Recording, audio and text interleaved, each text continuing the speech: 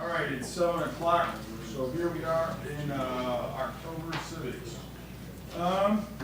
There is a sign-in sheet by the back door if you want to address any specific issue, not personal or not related to tonight's items on tonight's agenda. It's back there. It's 3 minutes a person. It'll be after we get done with everything else at the end of the night or early tomorrow morning. 7 o'clock, so we have a roll call. Carl Kretzinger. Yep. Jeff Goodall. Yep. Rich Becker. Here. Ron Kettering. Here. Deborah Goldenstedt. Here. Zane Williams. Here. Barry Koenig. Here. John Guthmiller. Michael Welch.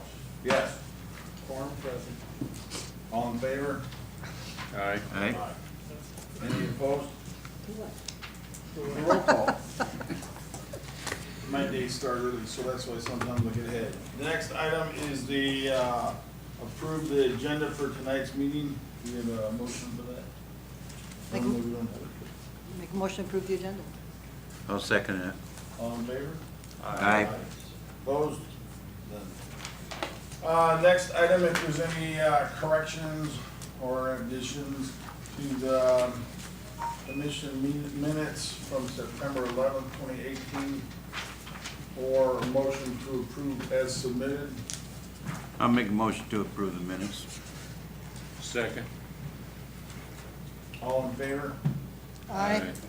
Any opposed? Is Carl in session? Yes. Yes. Okay, the first item.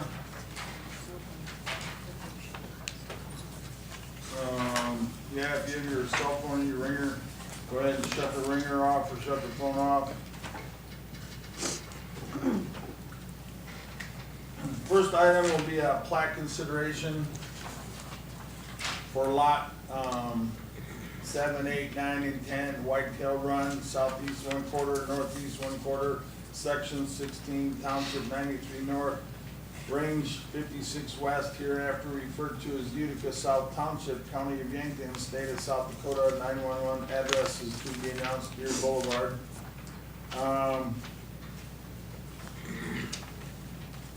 That is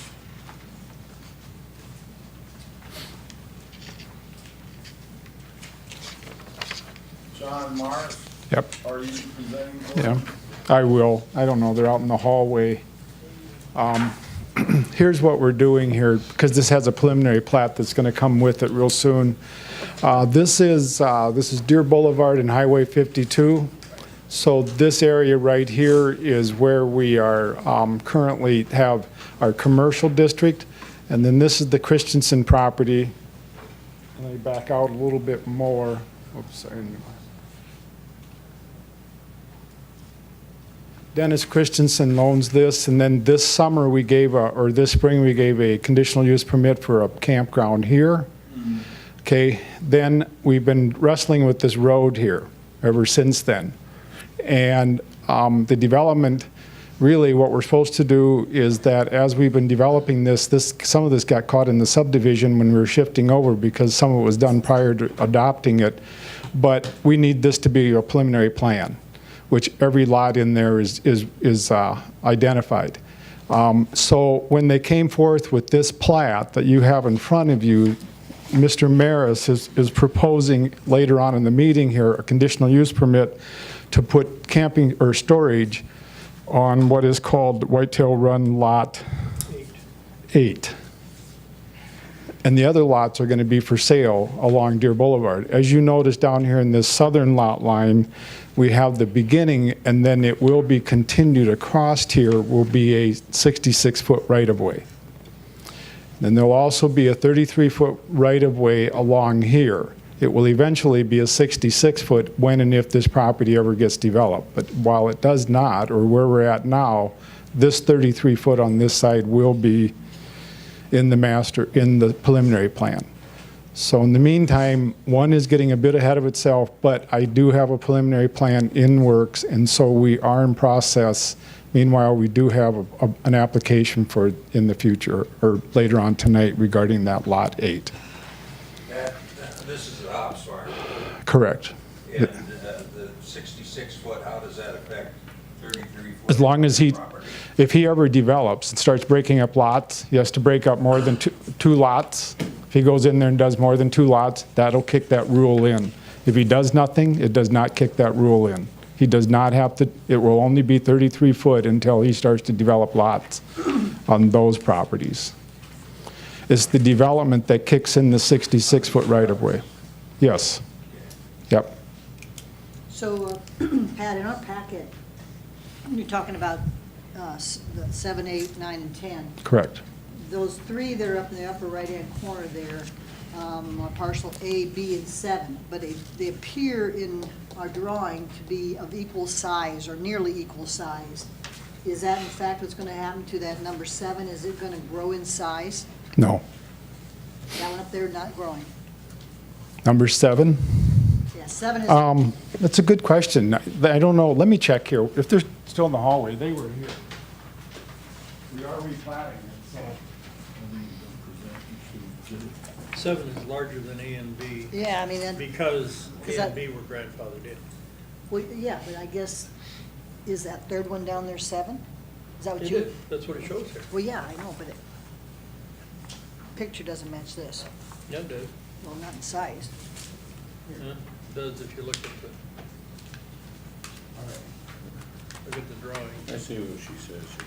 Let me bring Danny up. Just drew these in. Because what you're looking at in this plot, you see parcel A and you see parcel B. And then suddenly we have 7, and we see 3 lots up here. Between the line Correct? Yeah, but I guess But I'm it's in a trying to 1 look at acre. that lower one. Okay. It just looks like they've kind of tried to equalize the sizes. I think. We're doing the plat approval for these lots that all meet the requirements. So we're doing the plat approval for those. Okay. How did lot 7 come about? Based on what's up there now. What do you mean, how did it come about? There's, I got 3 lots up here right now. no, but they split this one. A has been split. What we've got is originally parcel A and parcel B, and that's what those 3 up there, but Are those 3, A and B? yes, originally. Okay. Okay. All right, Okay. very good. Here's an A and B down below too. Okay, so then that makes sense. So we split parcel B one time, made 2 lots out of it. And now we're gonna make lot 7, and then we're gonna make the bigger lot, lot 8. And then we're gonna make lot 9 and 10, along with the dedication for the roadway. Okay. And then that dedication has to follow across the property, then do the 33 feet on this development. The other side of the property is not influenced until they develop, until they subdivide. It's not 33 feet, it's only 19 on this side of the quarter line, from north of the quarter line and Yep. 47 south, so it's not centered. Is it? Correct. And we had no choice, based on what we did on those first lots on the north, to make the 1 acre requirements, we were gonna have, since it wasn't a section line, we were gonna have to move that down, and that's what happened there, Why would we have to exactly. move it down? Couldn't they just make section number 8 a little bit smaller? That's what that number 8 is negotiated, that's what they wanna buy. They want 4 acres. Can I clarify? Okay, The question that you've got about 9 and 10 and this area down here that's gonna be the road, for some reason, when this was the bottom parcel A and B, when that was done, they didn't go to the middle of what should have been the 16th line. So we didn't discover until he was out there setting pins that this is not in the middle. But we had a chance to correct it now, so it would be in the middle, maybe give the south half back to the people that was not part of the 33, instead of making it 47. We could have it centered on the quarter line. If Whitetail Acres took. Okay. What's if the advantage? If number 9 would be taken less, what's the advantage of having the road on the lot, on the quarter line? Well, you still got the 33 feet north of it, and you got we got 7. 47 Here's feet what- instead of 66 there now. Here's what's going on, right here. That's what we're wrestling with. Okay? part of the issue is the 1 acre too. And visiting with John, when you do the 1 acreage, we got the 231 and we got the 204, and they're trying to make it, we could go back and say, you're gonna center that, you're gonna get these people to purchase that, we're gonna move all that up. That's gonna make all these lots wider, okay? Because they still have to meet, they're still trying to meet that 1 acre minimum. So we're gonna take it off that south edge, we're gonna have to make up for it on the west. But if they Take it off develop the from the north. west and come to the east, you're gonna have the section line be like Burley. Well, it's not a section line, just remember, it's just a quarter. But should we get that corrected? Do you feel that that's, if you do, Well, it wouldn't necessarily have then to push it west, you could just make them less than an acre. I can't, because it doesn't meet the minimum lot requirement. Number 8 less than 4.04 acres. Yeah. I have to meet, Confusing is all good. 1 acre is the minimum lot requirement. Well, 4.04 is the one that has enough on it. Instead of 19, you need 33. Mm-hmm. Yep, So Okay. 14 feet off of that one straightens this all out and everything has 1 acre. Yeah. That's The other what we thing do. is You Yep. have parcel A, parcel B, and then you have 7. But those are misleading as to what the actual size of those No, it's- are, isn't it? But they're previously These platted, are we have no old- these are choice. old plats. These are old. They're all, Those are old lots. All right. we have no choice with those. Okay, so your recommendation then, I don't know if we move forward on the conditional use next time, on this next one. So your recommendation is to go back and trim some off of that whitetail lot number 8 and then move the lots up. And then what do we do with that piece of property that parcel A wants or doesn't want? What do we do with that? What is the true distance between 9 and parcel A? I see 19 on here, but that 19. No, is the center line. 19, it's 47. It's 66 total, the way he's got it laid out there. This portion of a 66-foot right-of-way. So he, on the quarter line there, he has 19 feet plus 47 feet. You can see the 19 on the north side of the I see the drawing, 19. and then the 47 is kind of in that shaded area on the south, right Is in the the, 47 the entire, what the real size is right now? it's telling it, it's going, it's from, it's the When they set width. up- When they set up this lot below that road right, that right of way, they pushed it too far south by 14 feet. Yep. Had that been where it was supposed to be, there would have been no question you had 33 and 33 off each side. And then, number 8, now that can still be correct. You're saying right now that what would be in an ideal world is that this person here is willing to take this lot line and move it up whatever it is, 47 minus 33, 14 feet, and then they'll purchase that 14 feet from Mr. Christensen, and then we can make a 66-foot right-of-way in there, based on the center line of the quarter, And your number 8 goes up 14 feet. okay? South line of number 8 would go up 14 feet. Okay. You're not messing with. So who's gonna- The property, because after this, you're gonna. Who's have gonna buy that 14 feet? Well, when 8 was parceled out, that's when it should have been. But they don't own it today, so who's gonna buy that 14 feet? How do I make that progress? Well, What do I that- do? Anytime you're vacating something, it goes to the adjacent landowner, and that would be 8. But I don't own, but it's Christensen property. We can't vacate Christensen You can property. approve or not approve a plat if it Yes. doesn't line up. Yes, we can. That's true. That is true. But we still have that 14-foot we're dealing with. Where does that go? And even from a past mistake, I just want us to work our way through it because I don't have a solution unless that person is willing to buy it. Can I throw in one more thing? I'm sorry, don't be in the middle of this, but if that line, if that section line comes through there in the correct spot, then they're gonna have to they're gonna cut trees off that other lot. Right now, the lot can stay the way it is, but there's not enough room. If you go across there where that line is, they're gonna have to take trees out of their lot in order for to have 33 feet across there. You know, the trees are on the south end of the 47 feet. When he had that marked, that spot ended up right at the trees, and there was gonna be another 33 feet on the other side of it. This right here, right here, if this comes right across with the trees, that line does, I know Beacon's not perfect, but I can tell you that his pin was right there by the trees. So if he did that, we were gonna have to take trees out of there to put that road through there. That wasn't gonna make that neighbor very happy. So what we ended up with basically is leaving that there and still having 66 feet in here. But we don't have 66 right now. Yes, you do. You have 47. You have more. 56, if you have 66, you have 66 foot of trees to take out if you're gonna put a road in, no matter what. If that's the road right away and those are the trees, they're on the road right away and they'd have to come out.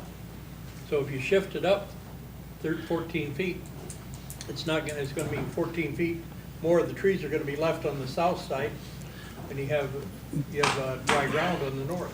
But what I'm telling you, that pin ended up in the middle of the quarter line is right there at the tree line.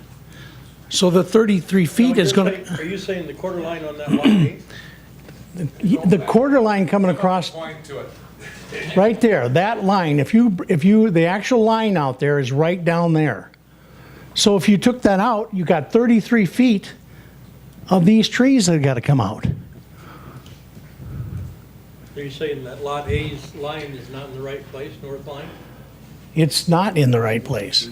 Lot A's north line is. It's not in the middle of that quarter line.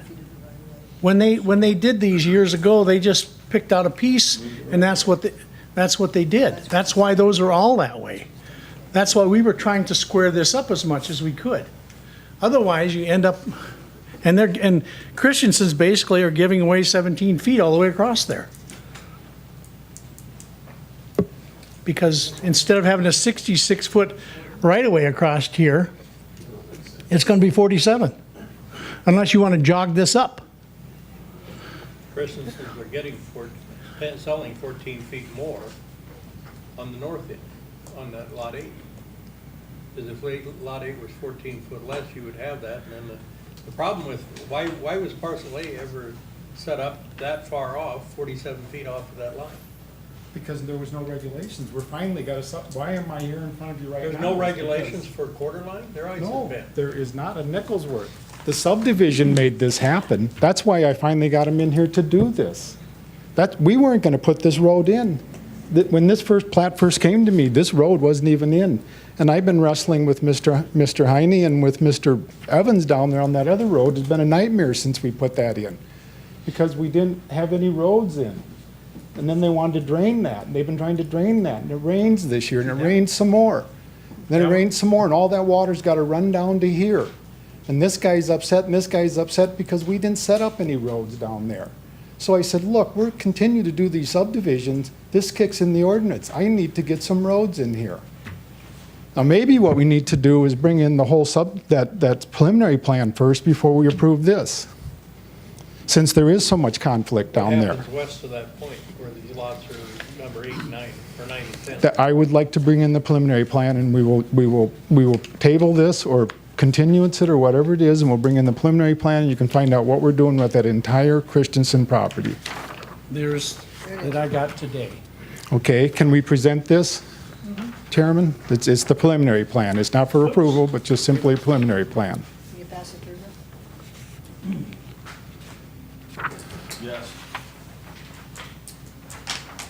Okay, so that will help answer your question regarding how that road goes. And it's, That goes to that next quarter line. Yes. What happens at that point from when it goes on west of that? if that becomes subdivided, which Is means, that Christensen land? no, right now, the south part is Heine ground, and is the northern part Heine ground, or is So that? then you could have a jog in the road. Yeah. No, we catch it at the subdivision.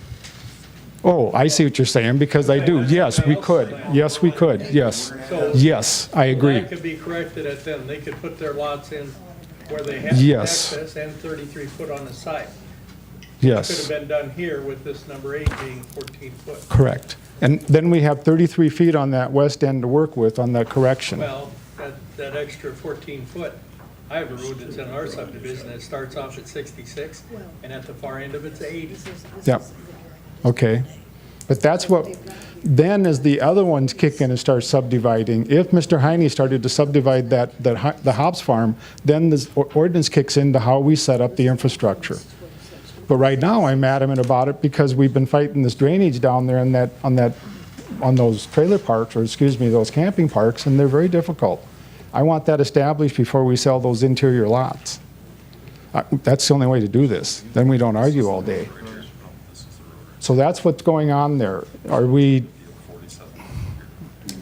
we have enough information for a motion or for public comment? Okay, so there's a road that goes east from that point, right? That's an established road going east? No, there's nothing. Okay, so we're not trying to line up anything across the road? Nope, there's no existing road, although it's what's called a quarter line. Which means it's a quarter part of the, so. And it matches up again on the west side, but then we got, like Denny said, they didn't think about where that was landing, they just described them. Well, one of the things, because we know that people are gonna keep building out by the lake, we need to look at, and that was one of the questions at the city plan commission last night, is how the road, imaginary roads are gonna line up to match up with something else. So we either fix things that we identify as they're not right, and I understand, lots where this was just a flag in the ground. But if we look forward 5 years, 10 years, we either fix this stuff or we're gonna have North Burley all over out by the lake.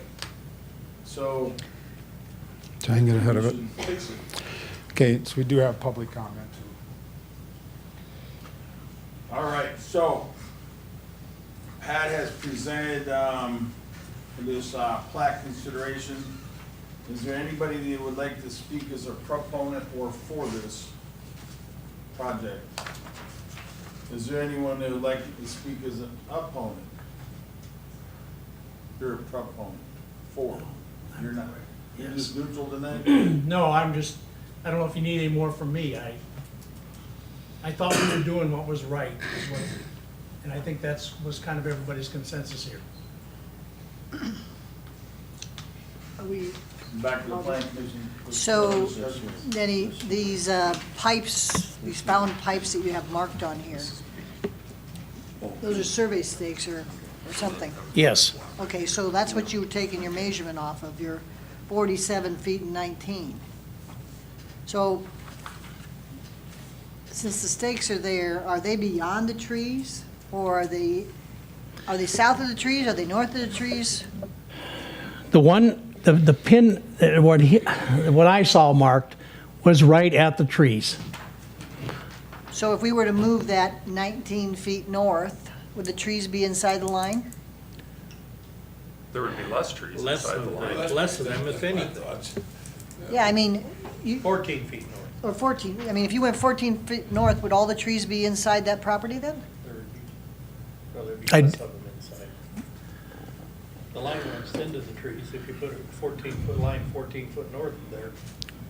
This is 14 foot of the tree. Yeah, you're still gonna be in the trees some, but, Some, but less. yeah.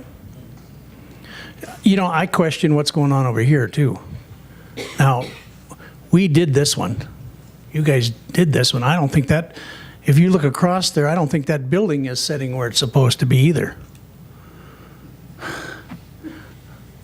It doesn't look like the distance is correct here, and that was just done a year or so back. So, and there's plenty of room. This one, nothing's been done with it. But if you bring this one, I don't know. I think after working with John Brandt and going through the surveying, And then having the discussion with the commission there, my recommendation still is, especially after working with John Brandt, is that this is a very reasonable solution for this. That I agree with what Mr. Wells says in terms of we don't want a bunch of zigzag streets.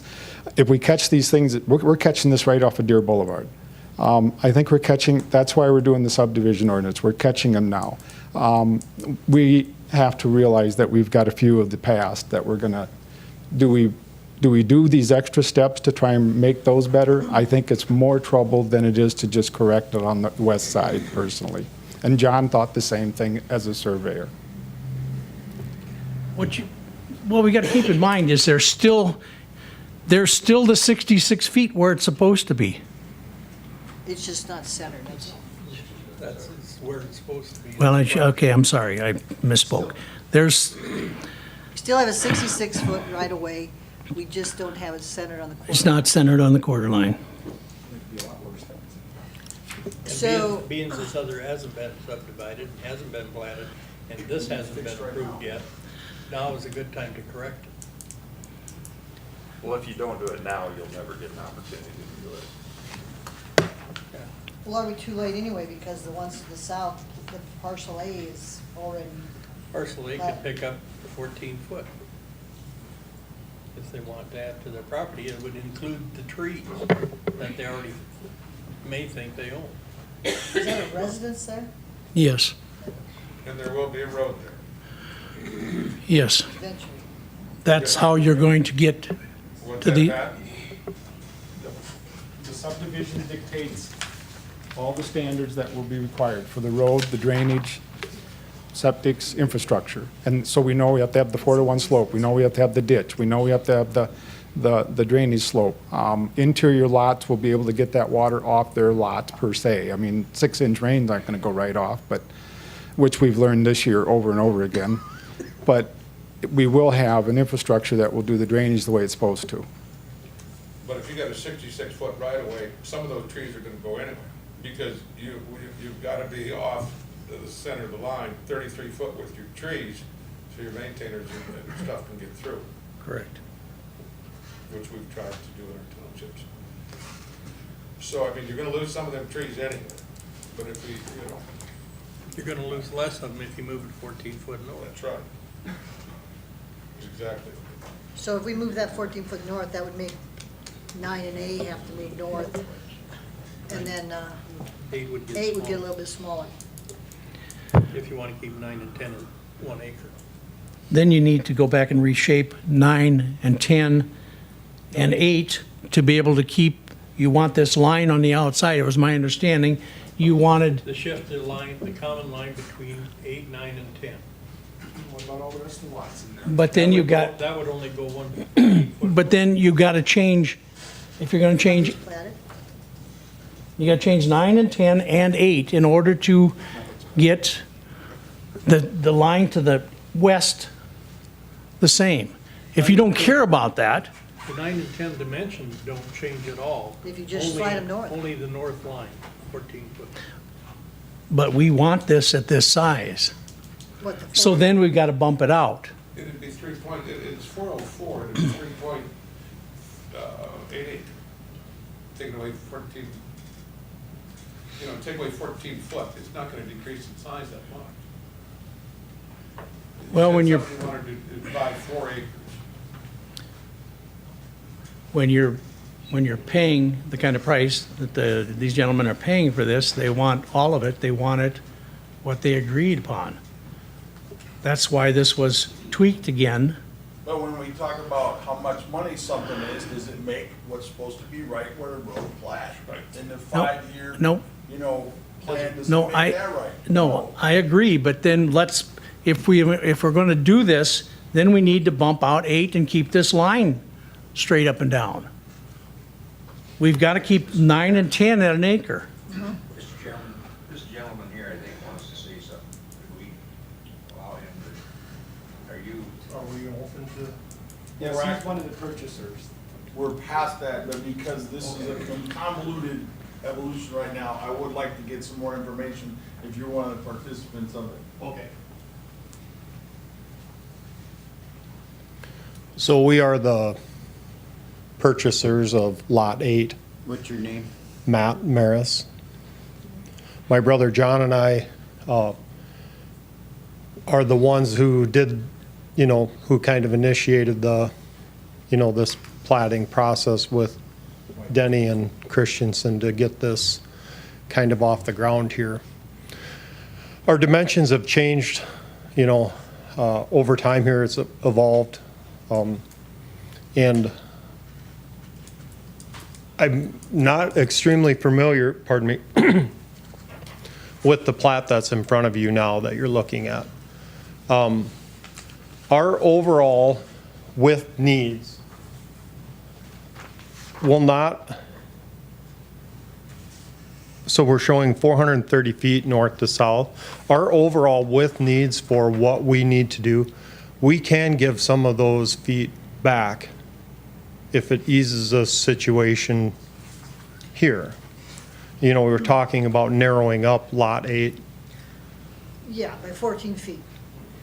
Yep, and Move the south line north 14 feet, which moves 9 and 10 with it.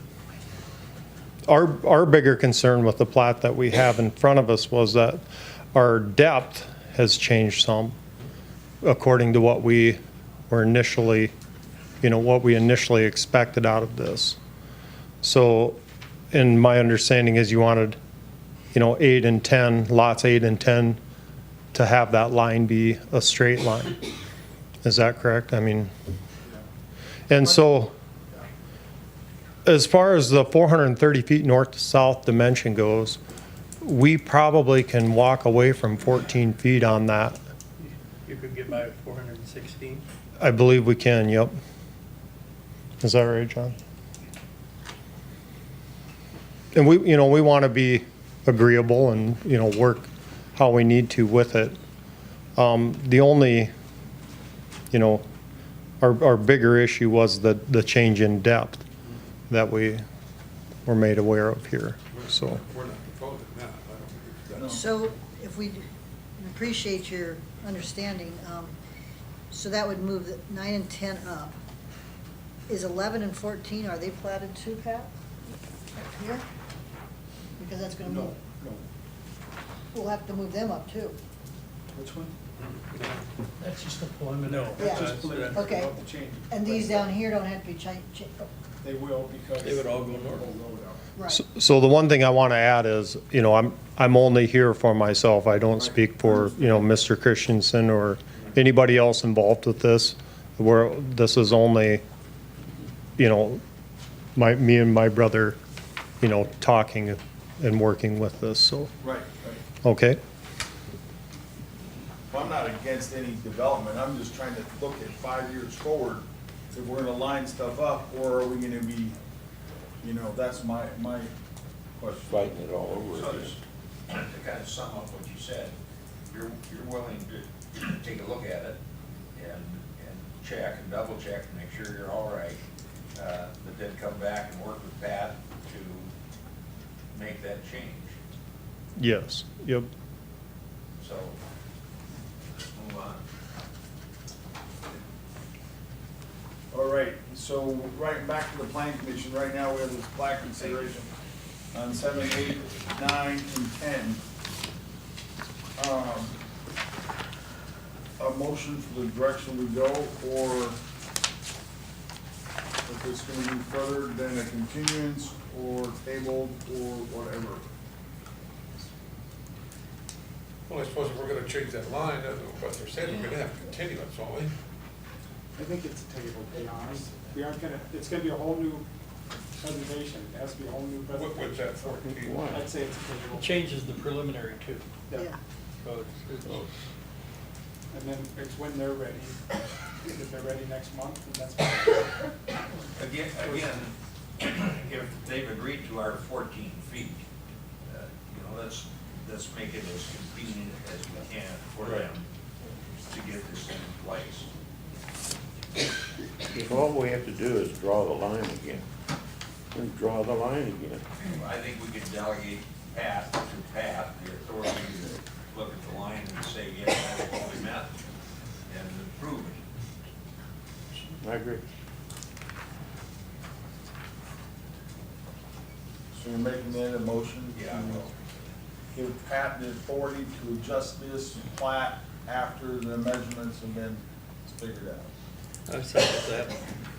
And new documents provided. That will save them having to come back another trip. Absolutely. Yeah. Anyway, See again? Okay, so What did you say, Butch? It'll save the trip back? We're gonna give you Yeah, the we're gonna- administrative authority to continue this when they replat it. Okay, We've already discussed it, and then they'll bring in the, new plat document, preliminary plats, and then when they meet these to fit the roadway, then you can approve it as a planning administrator. okay, For this, Two minor. for this, these portions of this 14 plat. correct, okay, yes, yes, until we get the, is another time. That's another issue. Okay, all right, so then it can go to the, right to the county commission when this is approved, when this is corrected as stated. Okay. For this here page is correct. So, do we We need, have a motion and a second and a roll call, Pat. Motion by Don, second by Butch. Yes. For the plat presentation to be corrected as stated, and then treated as a minor plat should be forwarded to the county commission. Yes. All right, Kettering, Yes. Petzinger, Yes. Rudolph, Yes. Koenig, Yes. Williams, Yes. Becker, Yes. Bodenstedt, yes? Welsh. Yes. Motion carried. Denny, you want these back? Yes. Okay, that brings us to the, There's two there. 7:05, and I always apologize ahead of time when I'm inherently going to screw up somebody's name.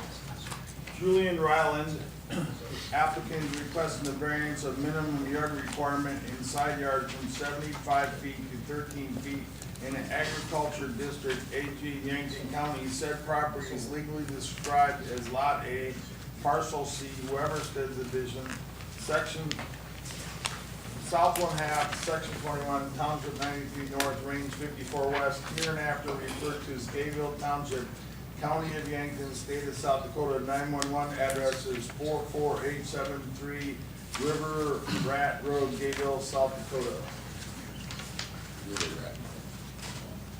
So Ryland's here to present this. And they're here because, It's a correction.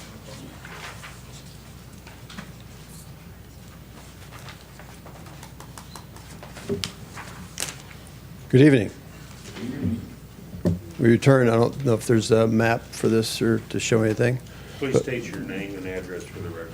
Phil Taw, Julianne Ryland's husband, 44873 River Rat Road. This is, go ahead. This is requesting the variance for the building permit for a garage that has already been built and was found on the change finder. I believe that's what it's called. So that's the lot there.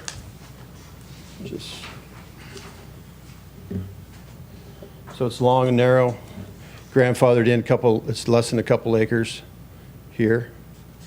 So it's not very wide through here. Put a garage building in here. All things in a perfect world, put that garage there.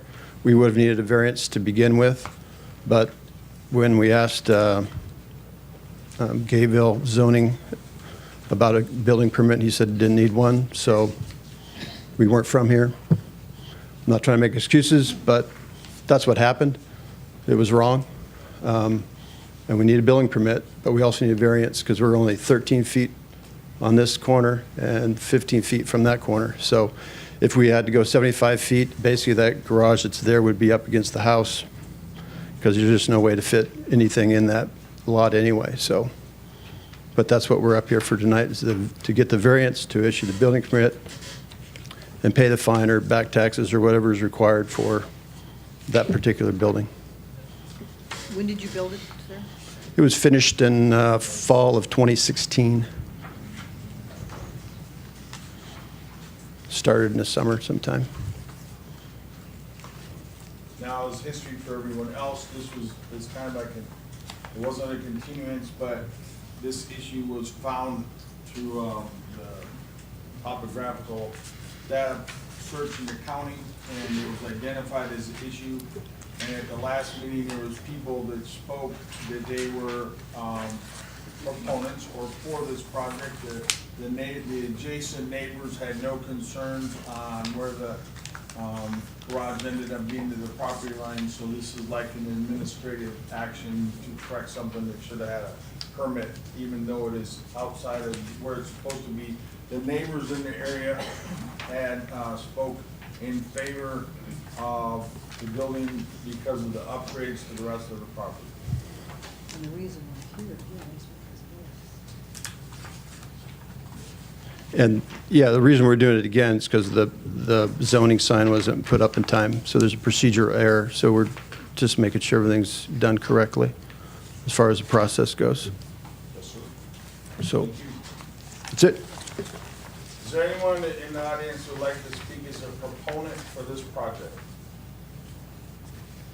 Yes, ma'am. If you come up and identify your name, address, and how far you're from the property.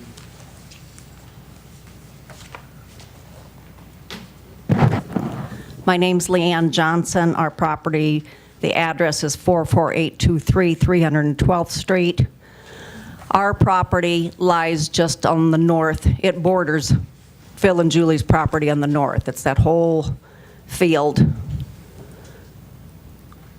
all along the north there. And little history on the property. The Cody family had that property, probably at least bought it 50 years ago. They were there as long as I can remember. It was a summer home. And of course, as they aged, they spent less time there, and pretty soon, because of their age, they spent no time there, and eventually they passed away, and their kids didn't seem to have any interest in it, but didn't know what to do with it for quite a number of years. So for about 10 years, it sat all but abandoned. And you know what happens with rural property when it's abandoned. It grows up in weeds and the varmints move in, and then unwanted visitors start showing up, and they were using that as a back door to our property, which you can't access without going through the building place. So when Phil and Julie bought this, I was very happy to hear that we finally were going to have neighbors when they decided to make it their permanent resident. I was even more happier because originally I think they bought it as kind of a summer retreat, and cleaned up the property. And when they built the shed, I didn't think anything of it. They really don't have any place to go with it. That acreage was probably about 5 acres originally, but the river ate away all the property to the south, where it actually became a concern to the Codys that if it kept going, the house would end up in the river. But eventually it filled in with sand down below. But anyway, what I'd like for you to do as a committee tonight, the same thing that you did about a month ago, that you approved the variance for the building, and because I have absolutely no problem with them where that building sits. It's a nice addition to the property, and they cleaned up the property, and I don't have any more trespassers on my property. Yes, ma'am. Thank you. Is there anyone who would like to further speak as a proponent? Is there any opponents? Name, address, how close you live to the property? John Gunderson, 29875 443rd Avenue. I'm about, I suppose, somewhere between 15 and 20 miles north. I guess my concern is that there are several issues with this property. This accessory structure built without a permit from the city of Gayville is just one of them. There are 2 houses on this property, one of which is apparently rented out, so it's commercial use in an ag district without a CUP. There's questions on the septic systems and stuff running into the river. Not nice stuff either. There've been, if you go back and look through the pictures, there's been a lot of additions and changes in here. I don't think that it is right for the Planning and Zoning Board to attack this thing piecemeal. I think it should be done all as one issue in the, I don't remember the exact words in the zoning ordinance, but there is a bad actor section in there, and something like this would definitely qualify for it. number of accessory structures per lot, it looks like there's a non-attached garage next to the house, and then we have the second garage on the fence line. And I'm glad that Ms. Johnson has security on her property, and I'm sure that Taos are wonderful neighbors, but there's a lot of issues with this, and I don't think dealing with them one at a time is the way to do it, and thank you very much. Any other opponents to this project?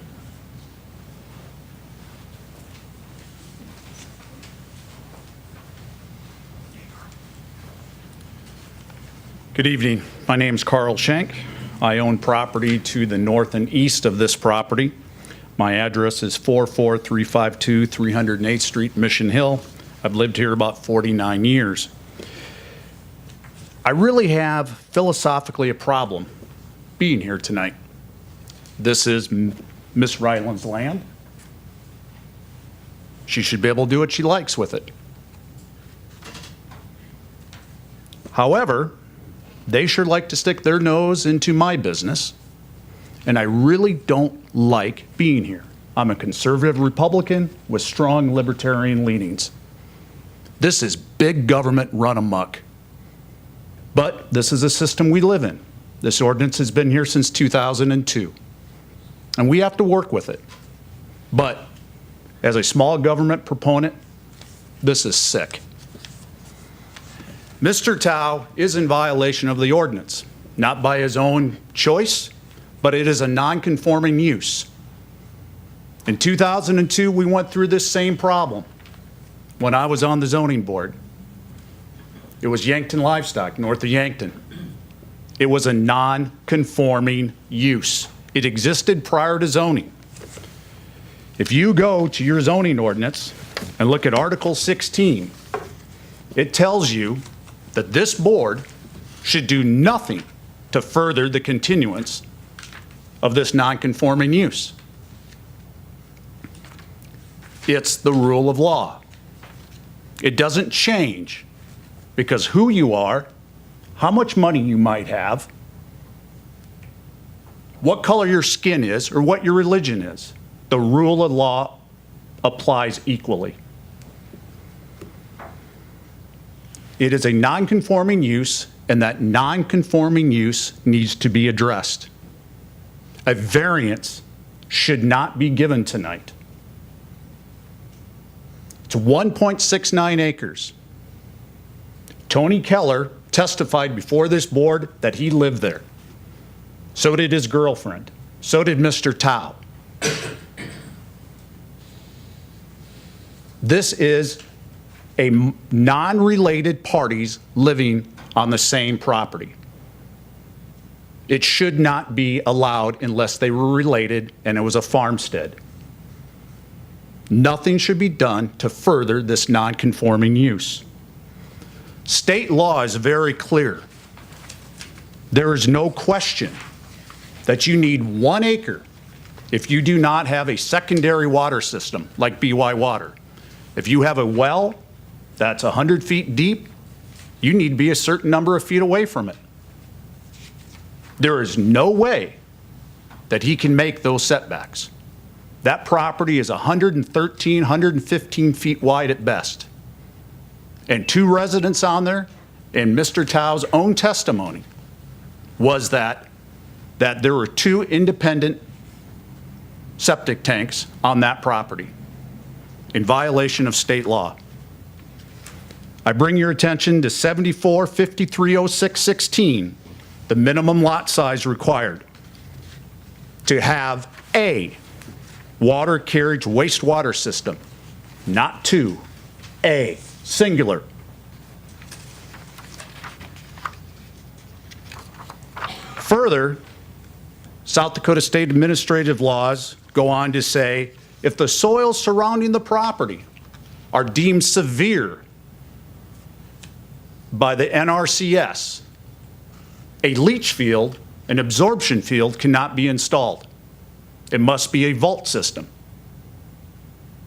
He's in violation.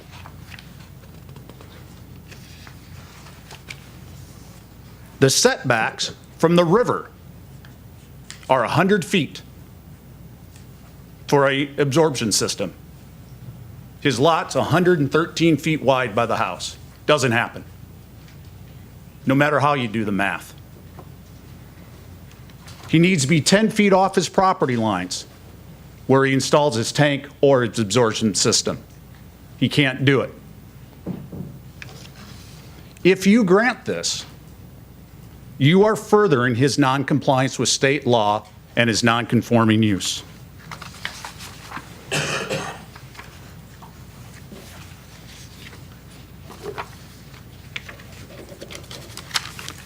So, Mr. Tao has asked for a variance. As an egg producer who's been before this board many times, and other producers in my neighborhood, asking for a variance for swine finishing barns. We were told that we couldn't do that a variance in a CUP was not possible, and that this board should not be granting variances. Why are we here tonight on a non-conforming use? Could I have built a hog barn and pled ignorance? Mr. Tao is highly educated. I believe, I could be wrong, a military pilot. His wife is a physician, highly educated. And pleading ignorance to the law? We've all heard that before. Ignorance of the law is no excuse. None whatsoever. Think about the last time you've been pulled over for speeding. If you said, "Oh, I'm sorry, sir, I didn't know the speed limit was 55. Doesn't get much credence.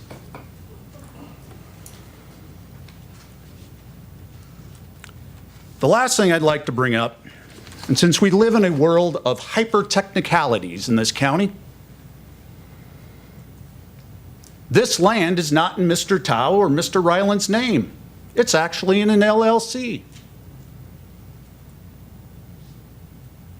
Those notices are incorrect. I really don't like to do this to somebody else, but I've been called greedy. No more greedy than a surgeon who could work for $200,000 a year but works for $4.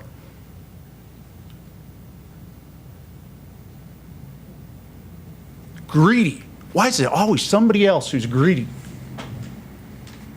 All I want is to float a lot more agricultural boats in this county. And we have to ask ourselves, is this a low-density rural residential area, or is it an ag district? Zoning must work both ways. It's not only protection for residential people in the country, but it's for farmers. The notice is incorrect, and there should be no further discussion of this action. I have for you the Beacon site that lists the property as Ryland River Rat Cabin LLC. This is not the applicant, no matter how you slice it. It needs to stop now.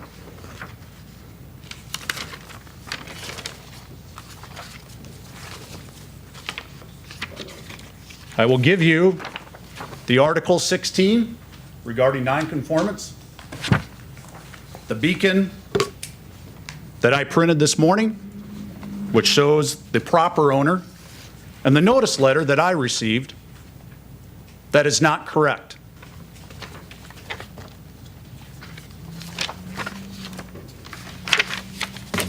We could have a lot better system.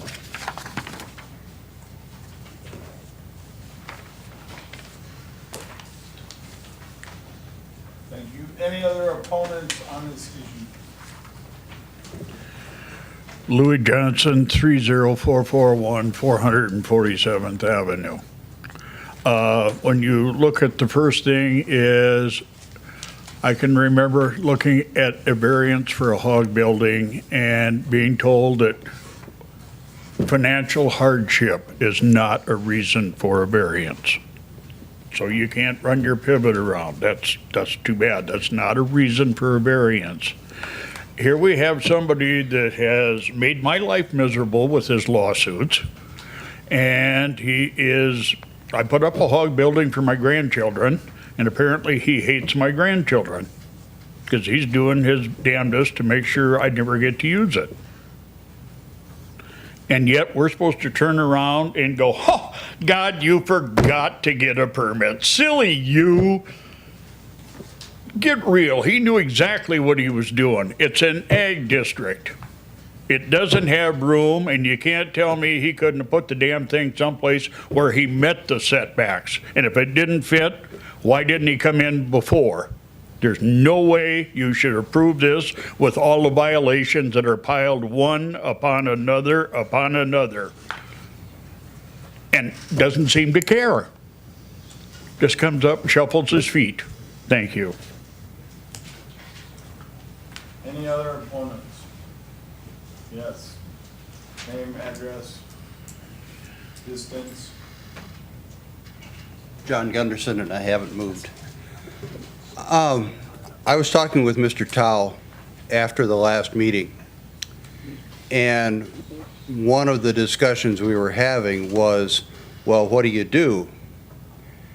And he said, well, and I'm going to paraphrase, Phil, in Lincoln and Minnehaha County, they have a more relaxed variance system. And I thought about that for a moment, and they also have another system up there, of which I think many of us are familiar. And it's actually in the neighborhood where Ms. Ryland and Mr. Tao live, not that far, what, 10, 15 blocks? You had a non-conforming house up there that actually somebody did apply for a permit, and then they kind of ignored the permit and kept building the house. And does anybody recall what they did to that house in the city of Sioux Falls because it was a non-conforming use? They tore it down. And perhaps that might be a solution I can offer to you folks to try and get this, at least part of this thing, cleaned up. Thank you. Any other further opponents? Okay, so we turn back to the planning commission for further discussion. I just looked at something that Butch had brought up on his It's just a confirmation of the ownership. confirmation of the ownership. It is in the LLC name.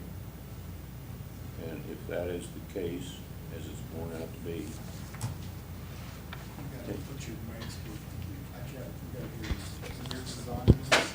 If it's I on. turn mine on, it shuts the speakers off. Go ahead. It's in the name of an LLC as the lawful owner, not in the name of Julian Ryland.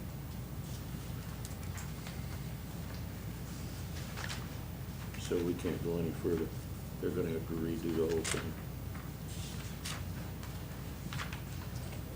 We have our attorney, being that it may be listed as, if it's listed as LLC and it was applied as a private party, then we have an improper application, it would seem like.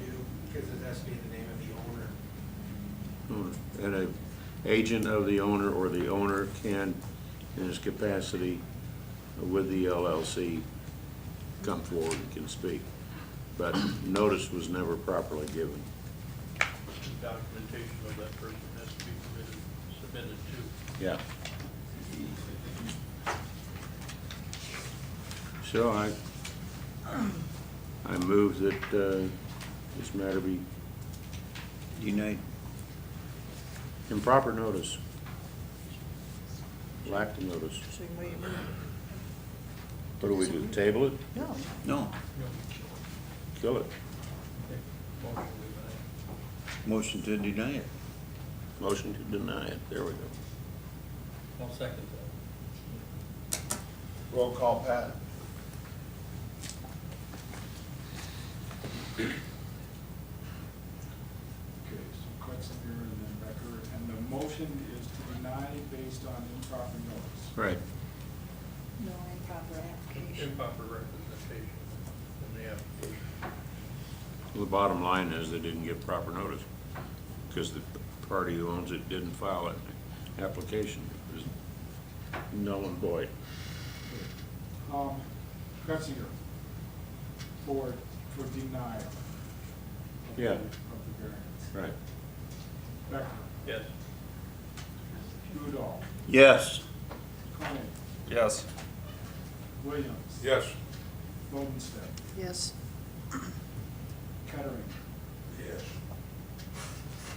Welsh. Yes. Motion carried. Okay, the next item is at the 7:10 agenda. Let me think about how I gotta say.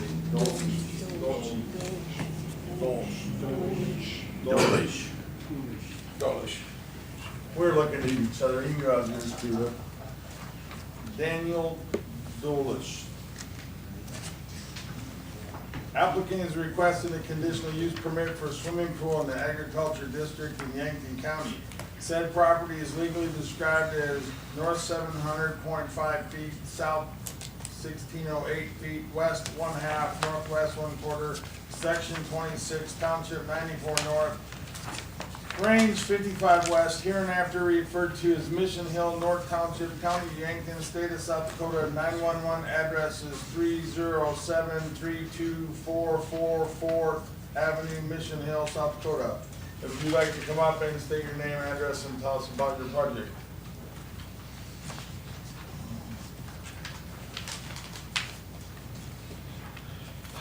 Good evening, my name is Dan Dolish. I live at 444th Avenue there at 30732.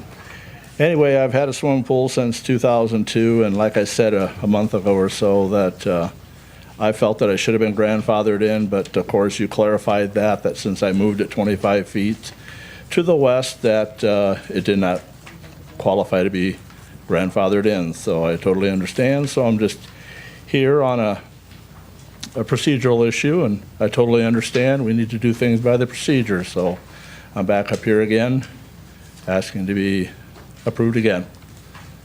So I hope you approve it. Thank you. Thank you, Dan. Is there anyone in the audience who wants to speak as a proponent for this project?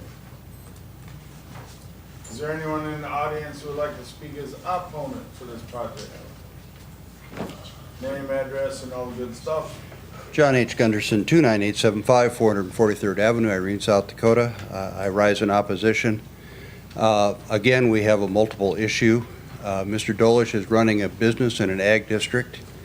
He needs to also do a COP for that, which is not part of this application. He's been advertising. He's got an advertising sign out there all summer. He's taken it down this fall. And if he's running a business out there, that also needs to go through the COP process.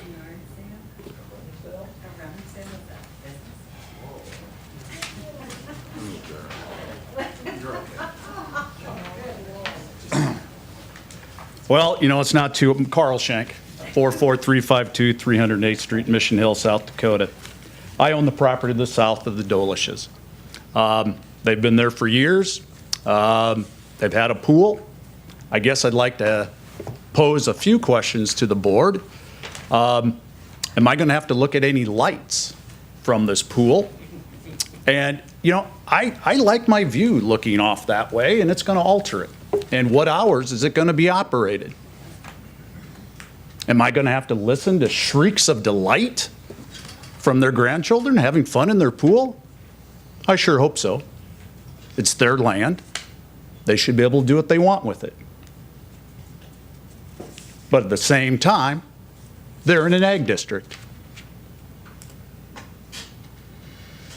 I voluntarily agreed to reduce my barns from 2 to 1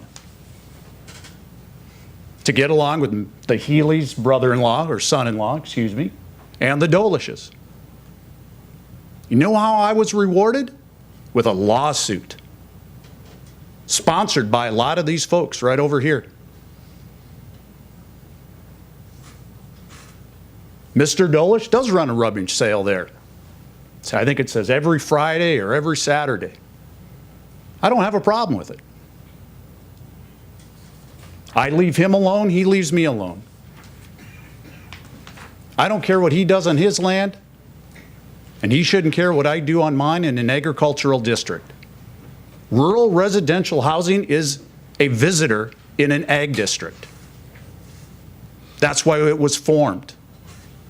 I support Mr. Dolish's request for a conditional use for a swimming pool. He's been a good neighbor. It hasn't been a problem. And while I disagree with my friend John, I encourage you to approve it. Thank you.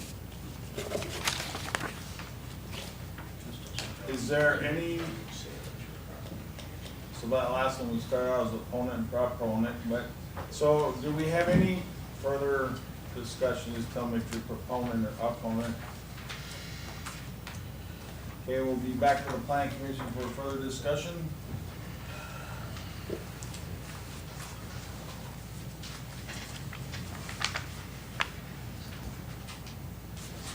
So Pat, it's a building permit and a fine, is that what we're at, or what?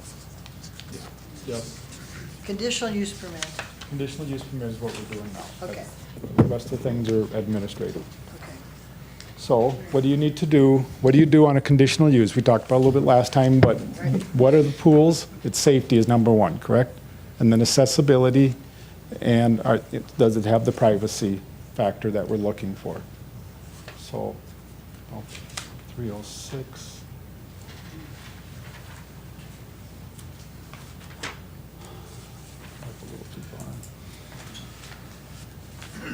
I move we approve the conditional use permit requested by Dan Dolish. Second. Roll call, Dan, or Pat? Any discussion? Any further discussion on planning commission? I think we asked at the previous meeting about, he has a deck. He has, he's isolated enough that he's not worried about anybody getting in his property that doesn't belong there. Use some of the findings from the earlier meeting. Yes, that's what I would say. I agree. Did you give my second? Carl, John and Carl. So that's a motion to approve based on the findings of fact from the previous meeting. Second. Approving the conditional use permit for the pool. Yep. Kettering. Kettering. He's got his hand up. Kretzinger. Yes. Rudolph. No.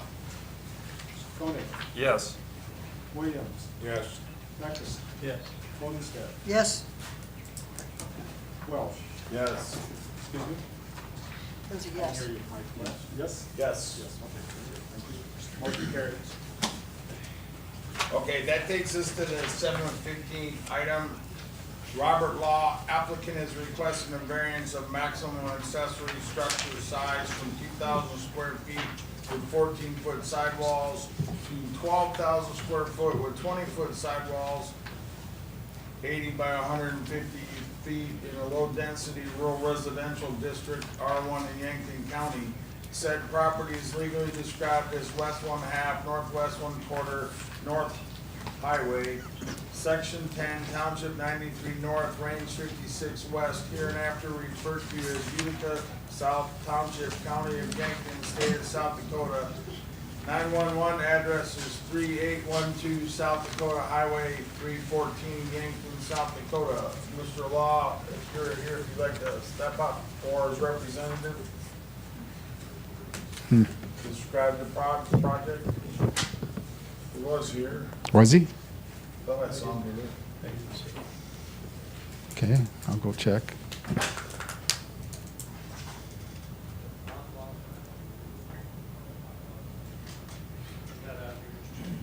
He's not there. No other representatives for this project? All right. Then I guess that, I move we continue it to the next month meeting. It's fair enough. second, Second. Pat, you can get a hold of it. roll call, Pat. So for continuance and because of no show, I've got Kretzinger and who's second? Yeah. We'll right along. The next one, what we're doing. Okay, for continuance to the next month's meeting, Kretzinger, Yes. Udall, Yes. Koenig, Yes. Williams, Yes. Becker. Yes. Goldenstedt, Yes, Heather, Yes. Wood, Welch. Yes. Motion carried. Okay, that takes us to the 7:25. that one would just fall off when it happens. If you didn't Then we get it might take done. a break after this one. No, we can do, You didn't get it done, so we can't do that.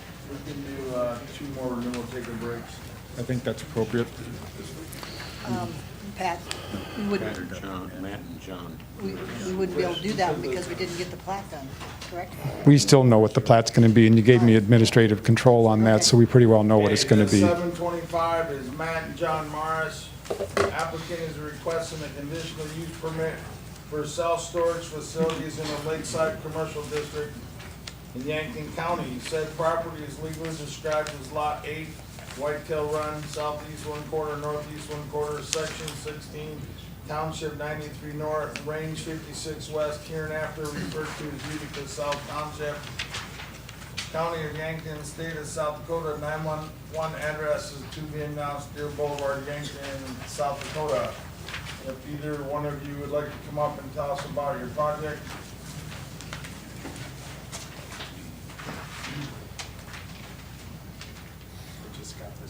Matt Maris, Hartford, South Dakota. My brother John and I are applying for a conditional use permit for a storage facility.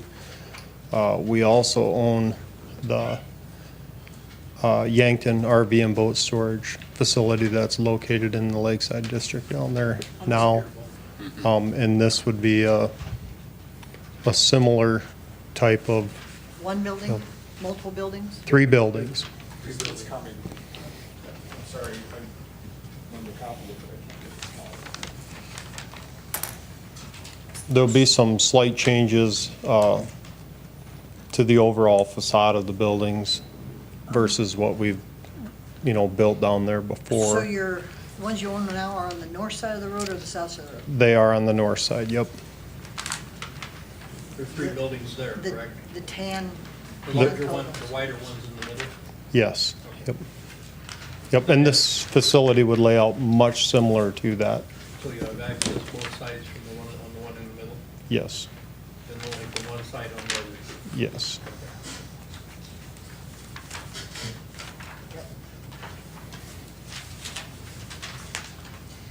And your accesses to Deer Boulevard will be one entrance or multiple entrances? One entrance, yep.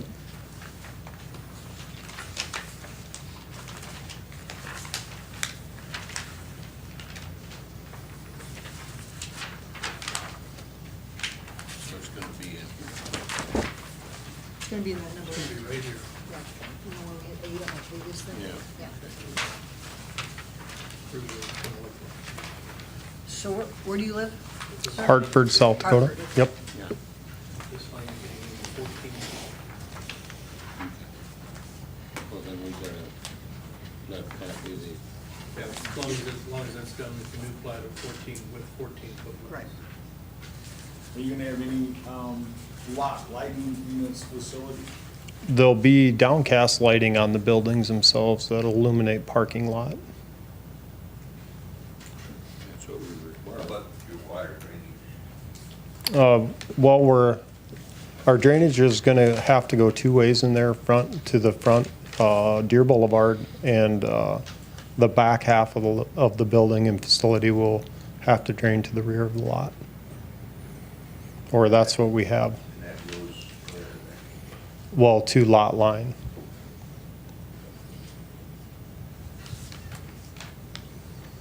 and from the lot line. Well, so, I mean, I know this is part of a larger, development down there. A lot of those details are not, we don't have them. Some of this is, answers that we're actually hoping to get from the county about where we have to do some of these things at.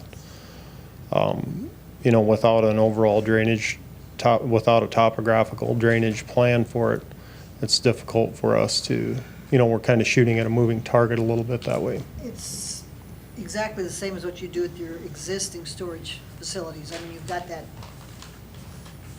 drainage. Well, this one, I guess you asked the question what we would like to do with it. We would actually like to split this one in two directions, one going west, one going east. It's possible for us to bring it all to Deer Boulevard, and we're not disagreeable to that. But we've found with this, with our other facilities, we get one heck of a lot of water in there when we've got rain coming, and it's really created some washout problems. And every spring we're down in the ditch on 52, with the skid loader, pulling gravel back out of those ditches. And some of that is from snow removal, but we get a tremendous amount of washout from rain also.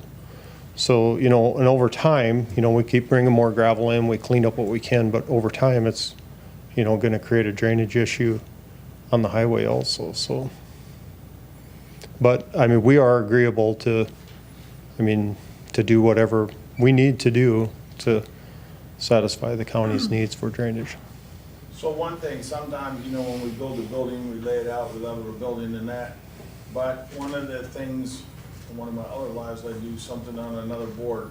So we bring a civil engineering, they tell us the drainage options that are available to us.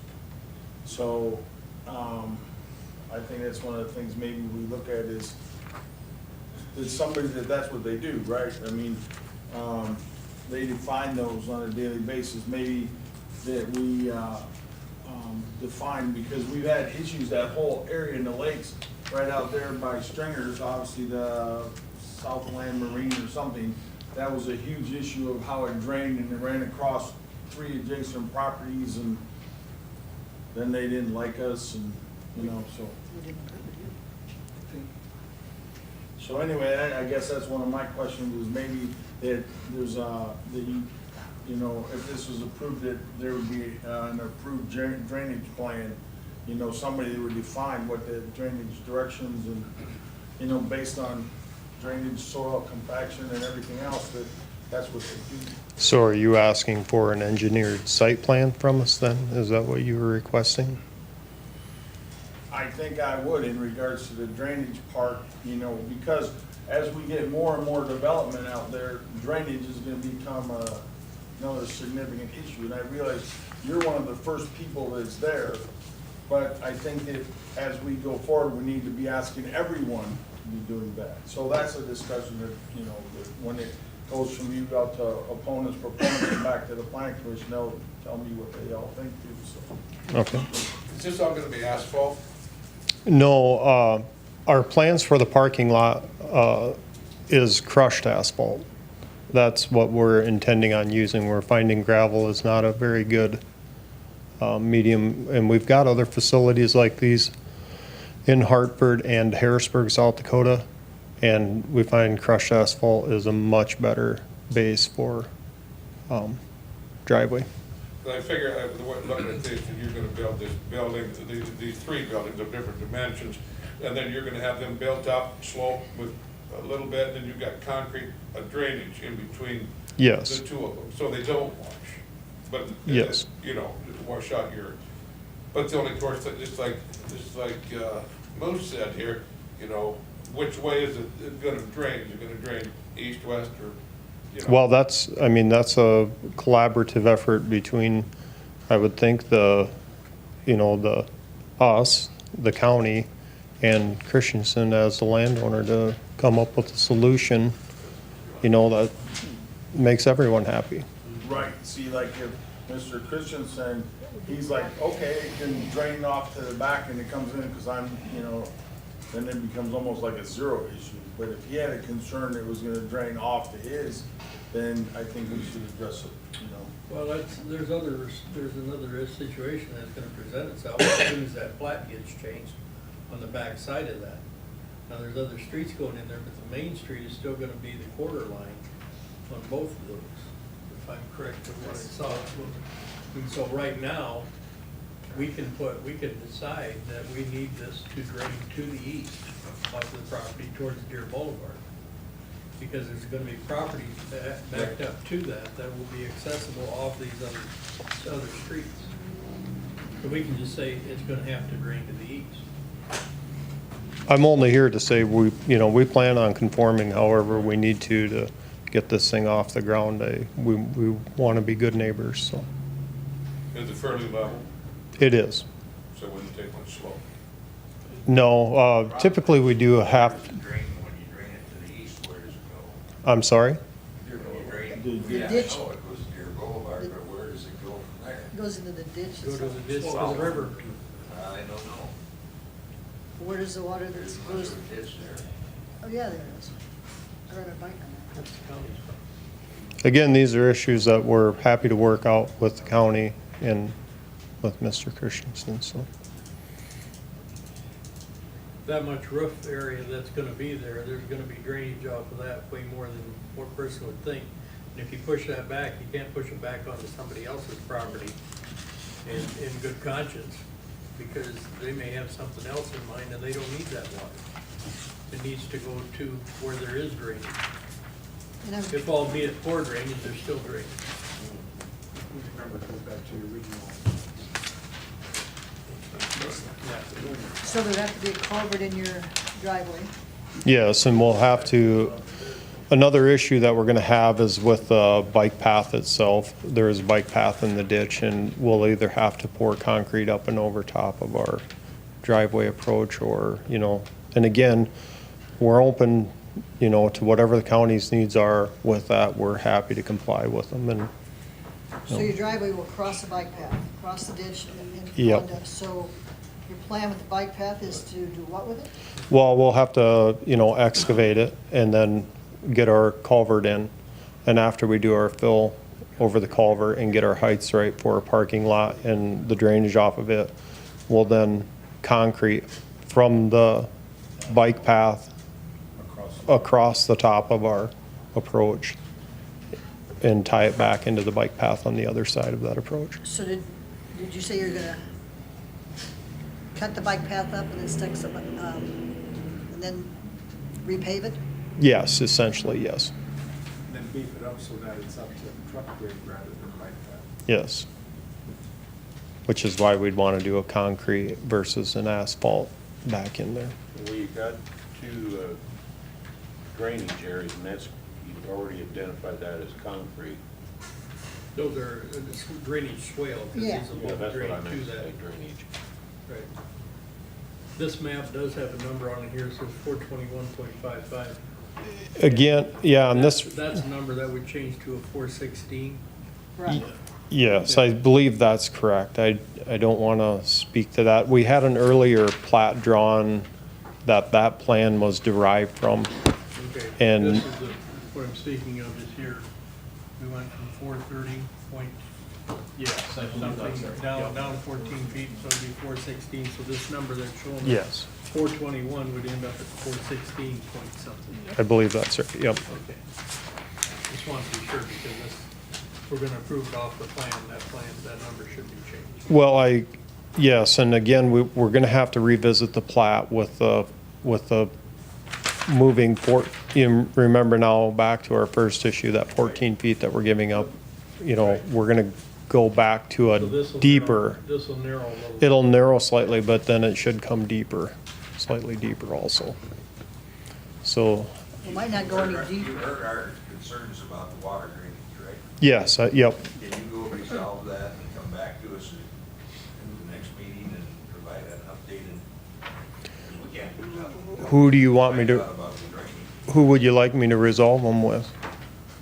Okay, so I guess with that, Well, let me yeah. visit with that just a little. Okay, again, Don, do you have one of these in front of you? So you got the preliminary plats there, so you can, because we got to talk about what lots this water ends up going back onto, the way he had said it. I agree. You got one there, you can pass over to Don there, but, okay, so there's no doubt about it that we can't be, the property back behind the 8 acres without some kind of a storm sewer system in there, we just can't run that water onto that property. We know that. We're gonna have to have a storm sewer system or something, right? The reason, when you look at this preliminary plat, I know that the cart is ahead of the horse, but I think we also know that the way development works in our area is it's what? It's driven by development. We didn't sell this lot until just recently. This whole thing is being driven by that these individuals have now said, hey, we're ready to move, we're ready to do this. Isn't this how we seem to do it a lot in zoning and in the industry? We need to react and make this happen. I'm not happy with this at all, Don, because I'm down here fighting this water issue down there in that southern edge of that. I don't want to repeat that. The responsibility, Two other customers down there. the responsibility for this is the Christensens. This is the Christensen subdivision. This is their baby. They're the ones that have to start fixing the water problems. And whatever that issue is out there, we can't be having different landowners fighting with each other trying to fix the water issues is what we're currently faced with, or you and I getting in the middle of these issues. This all has to be one laid out plan that says, here's how we do this water. Exactly on the same book. Okay. You don't have to talk to me anymore. So do we say, with that said, do we move forward and let these people move forward with their plans? And meanwhile, I go back to Christensen's along with Denny, and it's quite clear from this commission that they will put in a drainage plan based on scientific hydrology studies that show where this water will end up going. Can we move forward with this, with the storage, or should we wait until we get this subdivision done? That's the question in front of us. Well, it needs to also talk to the highway department if he's going to make an approach. That's easy. That's easy. That's a piece of cake. We've already done it. Okay. That's so easy. That's all got the specs and everything else on it. That's an easy piece. What we need to know is where this water's going. Right. And the whole layout. So we're ahead of the horse on this thing, but I'm being driven by development. Do we want to keep this development moving forward? And Right, kind of say, the do we? other side of that is just like early, the first issue tonight, Yep. looking 5 years forward. Now's when we should be looking at where drainage is going, not develop drainage right now, because in 4 years, all of a sudden, there's 27 other. Oh, it just would be miserable. We can't do So it. that's where we have to look kind of the forward and figure out the path that we're going to. Okay, so do we want to put the brakes on a little bit and have Christensen develop a decent plan so that we can come back with Merrill's next month and say, all right, we're all starting to understand what's happening here? Or do we want to work in collaboration with them and say, we're going to figure out this drainage through Christensen because we're coming back with the preliminary plan in a month. Meanwhile, they're continuing to work forward on their project. Or do we put a hold on this thing and say, we want to know where this drainage is going? Well, that's first step is they have to know drainage before they can turn any dirt or put in any foundation. And so it needs to be the whole plan. We can't just pick on lot number 8 and say, figure out a drainage plan for it. I mean, the whole thing's got to have a plan. Yeah, it could be, all this is dead flat, they're gonna have to put drainage in someplace. Yes, I For agree. the other lots behind. Yep, But this one borders the drainage. yep. Haven't Christensen's lotted out, or isn't somebody lotting out That's the several? one. That's what this is about. No, But- in addition to those. Didn't we have 2-3 months ago? Danny, didn't you have some that you brought that? The only thing- Back farther The only thing we've done is there's a new lot down there where Evans is, and then it's mirror of the lot that's sitting there right now. I'm talking west there, about a mile. Yeah, they're down there by the trailer park. We have a plan, a preliminary plan that has to address the drainage piece in there, but it isn't these individuals that do that. It's the developer. It's the subdivision that's doing that. Do we go back to him and make him do this before we start moving forward with the conditional use? Can we give them a conditional use permit and have these it conditions on it? okayed? They can't start construction until they've proven that they have the hydrology You study could- done, you could- and you approve it before it goes to the county commission. We could make it simpler and say that we can't begin construction until we have the preliminary plan approved That's by right. the... I mean, that's the way we've been doing it other projects. The preliminary plan has to have the drainage. Right. Yep. Because it's part of the ordinance. It's one of the major factors, so it has to have it. Yep. So we could do it that way, so we can keep moving forward, but we have conditions that say we're not going to build anything until we have this preliminary plan approved. Yeah. I think that'd be a better solution. It's not to slow these guys down and And it is the developer's responsibility. We want this all one complete plan, not a multiple. Well, Christensen wants to sell it, Yes. and they want to buy it. And I know there's individuals within this, and individuals on the east or on the west side there are not interested in having that water show up over there. They have plenty. On the what side? On the west side, on the west property lines. There's some in the audience there. They're not interested in having that water come over to their place. They want some drainage. They want it to go off of that lot. And there's multiple lots they're proposing, so we've got there's a lot of drainage to figure out. Well, I also think it's a protection for the marshes, that when the drainage plan is defined, it's not them guys that define it. Yes, You yes. know, as Because this goes they have forward. their own little focus. Yes. And I can't have 15 little focuses out there. Okay. So your recommendation is that we prove it with the condition I that a think drainage Zane plan? was heading down the trail. Yeah, You, I would make that motion that, I don't know how to say it right. It's got a little more Whatever, but to get it, that they have to meet the hydrology this- specifications before any construction can be You done. have to have a drainage plan for that portion of the property before. no, we need the approval of the preliminary plan before they begin construction, which has the drainage in it. The one you have in your. Don has some. This whole thing. That's what we What need. do you think of it, Doc? Well, I guess the concern that I have is they bought the land. You have the land under contract. You have the land under contract. $500 per. Okay.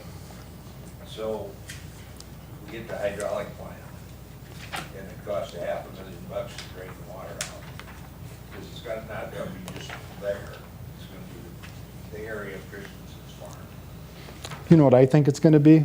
Retention Well, ponds. just- Don't you just think? having the plan Yep. doesn't solve the problem. About the drainage? Yes, Okay. you gotta have the damn drain put in to get the water out, so the first rain comes in after they put it up, that the problem's solved. We don't know what the drainage plan will have in it. I mean, if there's a I plan and he understand that, meets the yeah, plan, But we can't, what I'm saying is it has to be a two-step thing. They gotta get a hydraulic study, and then they And gotta, action. then they have to take the action to get the thing in place.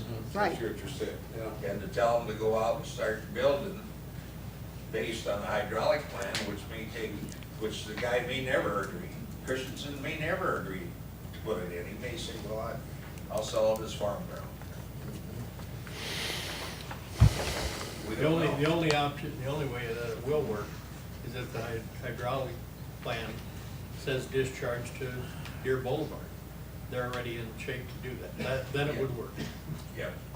And I think that's easy enough when they look at that, because the actual Deer Boulevard is the adjacent property, is the property line of that. And it doesn't define the other, whatever it is, 200 acres. But that they would define that 4 acres would drain to Deer Boulevard. I think that's easy enough that it would be resolved. I'd love to have the economic investment out there, but if it's gonna create a huge problem for them down the road, let's get it solved now instead of. But it's best for them to know it too, right now. Because the price may change. You know, they already have a purchase agreement in effect right now, contingent. We're on, no, it was closed. Back to the planning commission. So, where are we at? Zane has a motion. Yeah, We're trying to figure out the wording got of the motion. I guess I don't know, not exactly sure. That there's a preliminary hydrological plan done on the preliminary plat. Whereas Yep. hydrology is added to the plat. Yeah, but do we want to add some action on it, or, I don't know, they're gonna have to come up with the whole thing for the whole deal, and that isn't It depends what that's it not is. what is in front of us tonight. But it depends what it is. And we would approve their conditional use permit to have this on that property. See, I So don't want long as it discharges to Deer Boulevard. I don't want them walking out of here thinking, well, we can go get this hydraulic thing, then come back a month or 2 months later, and then we say, aha, but it isn't installed. They need to know now what it takes. have them get the study and bring it back to Pat. And if it meets the requirements, it's Pat. You can't have them do it. If it isn't installed, Christensen has to do it. Christensen has to do it. Yeah. Not you guys. I'm not mumbling, just remember, Christensen has to do that, not these individuals. Right, exactly. Okay, I just want you to know, just keep them separate. Yeah. Pat, I got a question. If they drain it to Deer Boulevard, if that's what's considered an acceptable plan, we're putting water downstream to other people that's gonna affect their property then too. Does Deer Boulevard have the capacity to handle virtually that whole frontage if all that water goes to Deer Boulevard? I don't think that's probably gonna be an acceptable plan. I think there's some good merit to that. There's also the issue down there that continues to be the wild card is the permeability of the perk in that ground. It is extremely fast. It just poof. It's amazing how fast it goes. There are times it doesn't go, but in that respect, that's where the hydrology has to come in. And I believe very seriously that the frustration that I'm having with this is that Mr. Christensen knew we needed to do a subdivision plan a long time ago. I mean, we've been talking about it ever since we started platting Whitetail in the very beginning. Now we're starting to make, now we got economic development going, we're getting pushed. And it's the worst kind because we really wanted to be prepared out in front. Why couldn't we have done this earlier? Well, now there's motivation. I agree 100% with Don is that I don't want to listen to the arguments later that they weren't installed right. So I agree we do need to figure out that process. I just want us all on the same page saying that we're doing this for what reasons. They're good reasons. I agree with them. And then we get it, and then hopefully that will motivate Mr. Christensen to do that. It is, we've done everything they've asked us to do. The last piece of the puzzle here is to give us a subdivision plan, which means drainage, which means infrastructure, which means all these things. And Don's right. We did not get a ditch in that last lower part there on Alphonse Road until almost 2 weeks ago, and it was just beating brows to get it done. So if we go in there and hope that these guys can keep this, it was a bad experience, and I'm not interested in that again. But I don't want to be interested also in holding back on progress. But then again, Mr. Christensen has had opportunity to move forward on this. So you could be a very good motivator for him to say it isn't just our office making that happen. It's not going to pass this board until we get some kind of a plan up there. And I don't mind that because I haven't been able to get it done. Do we ask for a continuance? That's how you want to lay it. But I haven't been able to get it done, but it is not these individuals that's responsible for it, it's Mr. Christensen. So in the motion, do we need to put the label on the drainage plan with Mr. Christensen? Yes. And make the passage of the CUP contingent? Until he gets that accomplished, we do not. Okay, so. Can we give it, the other fact of the matter is when we do continuances, you have to do a date. And you have an agreement with that person, correct? Because then it's a continuance. We don't know whether they're going to do it. So it makes me nervous to do a continuance because then what if they don't come in on that date? Is it just a drop? We have to table it then. I suppose that's the way we can do it. Do a continuance, try and keep moving forward. If they correspond and get back with us, they're done in 30 days, we've got a project. If we don't, then you can table it. I think you can also do the whole subdivision that Christensen has to do, the hydrology, the total piece. Mm-hmm. And then when the Marises want to build, that could be a subset of the total piece is defined as a drainage plan. And then a subset of that is this specific 4 acres, how does it drain? Because then as soon as the hydrology study is completed, it doesn't have to be implemented on anything else as long as this 4 acres is defined where it goes, but it's part of The master plan, there's possibility. And then back to Eric's question too, part of the capacity has to be from the hydrologist. That's truly true. They have to look at that ditch and see what the flow and is it possible, this big of a lot, where are we going to go with that kind of water? You can wait till Thursday and go look. So there is some merit to all, this is trying to avoid what we've been fighting with on the other areas. I agree with that. Right now, it sits there and it runs up, down, goes down as fast as it goes anywhere else. And that perk, yeah. Very sandy. It sits in the ditches until it runs down because the culverts don't seem to be at the right elevation, the inverts. So it's, So the how do proper way we- would be to, Preliminary plan with the drainage, hydrology, and other aspects of the preliminary plan approved. A continuance to have that preliminary plan provided to the commission in 1 month at the next commission meeting with approved drainage and infrastructure requirements. A preliminary plan that will have, which is the hydrology plan. Which will include that. Yes. Okay, I To be second that. presented So to- then that'll get them to do it in a month. Okay, is that gonna be specifically for plat 8? so that's gonna be for the whole thing. Okay. hydrology for the preliminary plan. Yes, this is for the preliminary plan, which is everything. That won't possibly happen. There's, what, 320 acres there? It's not even, it's an 80, I know. It's an 80 probably. It's an 80 with two, It- 65? They don't know what's on. 65 is all it is. You still have an exit strategy if they can't get it done. Right. So I'll make that motion. And then Betsy, you Second. So read what we're voting on. Okay, so we're gonna continue this application based on the fact, based on a preliminary plan being presented at the next planning commission meeting, which would be November, whatever that is, and the second Tuesday. It'd be the 12th, it'd be the 12th. Well, then it will have infrastructure plan, hydrology, drainage plan, and along with all those lots and access I plan mean, November 13th. for November. 12th is a Monday. Is it the 6th, the Tuesday? Yep, so 13. Second Tuesday is the 13th. Okay, so I got you. So Big 13th. man. That's what it says. Oh, I got my mind. Okay. Right? But the Christensen preliminary plan will show the hydrology. We're gonna take a break? Any Yes. construction. So,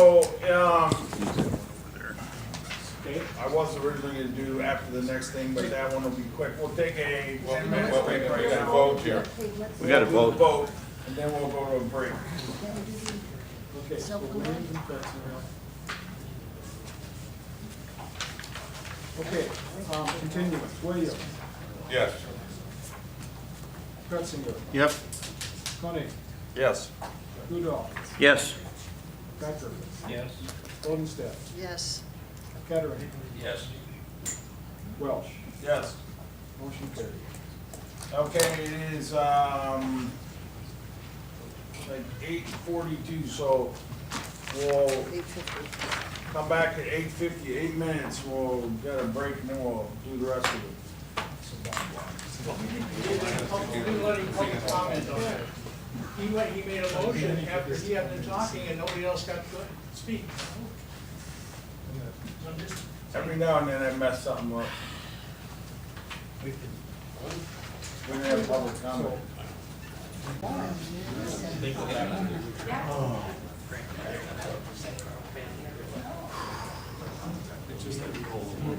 Yeah, that's all I did is went preliminary. Yeah.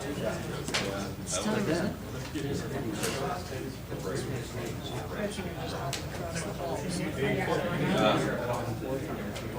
Florida?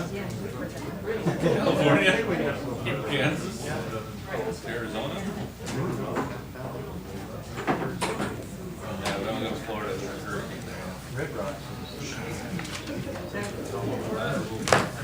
All right, I got 8:50, so that's the end of our magic break. We'll continue with the 7:35 item, which is Verizon Wireless. Applicant is requesting a conditional use permit to construct a wireless telecom facility with a 190-foot monopole in the agriculture district in Yankton County. Said property is legally described as east 1/2, southeast 1/4, except lot H1, section 36, township 95 north, range 56 west, hereinafter referred as Central Township, County of Yankton, South Dakota. 911 address to be announced, 303rd Street, Yankton, South Dakota. There's a representative from Verizon Yes. Wireless, yes, sir, you come out and talk Okay, about your project. let me paraphrase, or let me qualify just a little bit before Rick comes up. Okay, pulling this up, let's see here.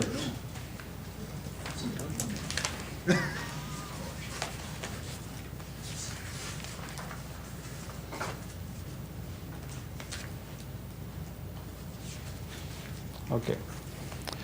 Okay, so US 81 and 303rd Street.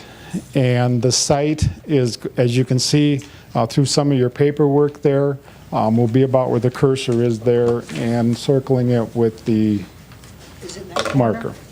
Okay, so this is the 190-foot monopole. This is based on Article 25, in which I have in front of me, and I tried to put a few things in front of you, but this is all of the exhibits, okay? So you've got the Article 25 answering all those things in a site plan. Any exhibit that you need, anything that you're looking for, you want to look for RFs, or you want to look for our surrounding sound. Also, we did put, I would say, our surrounding plan. We also have interviewed with our consultant, have interviewed Verizon, and we have a longer-term plan for what they're thinking of for the county. And this is step one. And I can let Rick address more of the technical aspects of it. But this will be the first one that we have located in Yankton County since 2007. So as far as as a full-scale tower. If there's any questions technically or application-wise, let me know. If there's any, and then, technically-wise, Rick can answer, or we can find answers for you. Anything right now from me? Where on that map Is it in that is it gonna be located? southeast corner, or where is it? Right down there. That's the Johnson River Road. Yes. It's on the northwest corner, and the site plan puts it right, and Rick will verify for me, but just about where the cursor is. How many feet off 81, right there? Yep.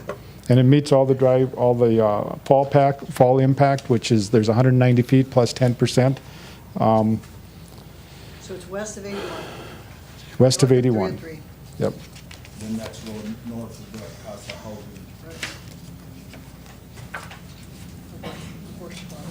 And I can have Rick come up and answer any of those questions, and you'll have these papers in front of him too? Okay.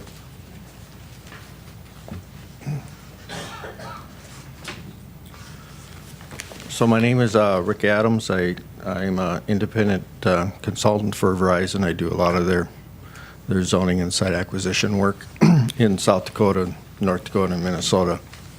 So I worked hours and hours and hours on this CUP application, submitted 20-plus exhibits. So there's a lot of technical stuff there, and I don't. I could summarize it, but I just rather answer any questions, specific questions you have on the exhibits. So how many acres of the property are you using? Oh, we're renting 100 feet by 100 feet. Just 100 by 100? Yeah. And it's got a concrete base?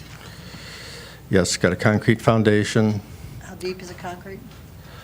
You know, they got two different proposed plans, but typically they're 7 feet. The bottom is 7 feet deep on the spread footing. So this is I don't, I Okay. submitted that plan, I submitted a foundation plan. the height of the antenna is? 190. The pole is 190 feet, there's a lightning rod on top, but the antenna, top of the antenna is at the top of the pole for this level, for this. So will there be antennas mounted around it? Yep, they have, actually, this is a little bit different. This is a four-sided mounting system. Usually they're tri-sided, but this is four-sided, and there's, I believe, 8 antennas, 2 in each sector for 4 sectors. Three-sided or four-sided tower? The tower is round, right, octagon, but they have Is it a guide tower? Or no, it's a monopole. mono? But they have on top, they have a square mounting system So you got 8 antennas on there. Normally normally there's 3 levels, but I think with the capacity issues up there, out of Yankton and what they call between Yankton and their North Yankton site, they want to get a little bit more capacity up here. So there'll be a total of 8 antennas on this. For now, that it's made to expand. Okay. And it's made to have four expansion levels too. So it's made to, they'll expand antennas on the level as they need more capacity.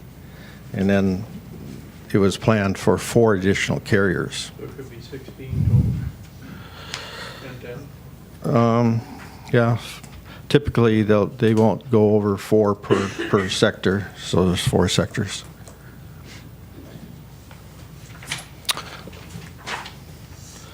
But we, in the material, there's an exhaust presentation that the Verizon RF engineers did, showing you the reason why it's necessary. I think it's a little bit technical, but it shows a real need. The site here in Yankton is already past exhaust thing. They really needed to get this thing, wanted to get this thing built earlier, but we're a little bit delayed coming in with their zoning out. Yeah. Well, this. Capacity right now. That's what you're saying. Well, the what they call the North Yankton site, which is up on, what was that, County Road 46 up there, and 81, that's starting to, this summer was starting to exhaust, and so which means there's a lot of block calls starting to happen, and the one in North Yankton here has been exhausting for well over a year. It gets overloaded quite a bit. So when that happens, what they do is that, through the years they add more capacity to those sites, but at some point you just have to split the cell. And that's what they did here, is they split the cell, put a site halfway between 2 existing sites. It'll help with the coverage in the terrain, because you got some rough terrain out there. So it'll increase that, but primarily it's meant to increase capacity for users.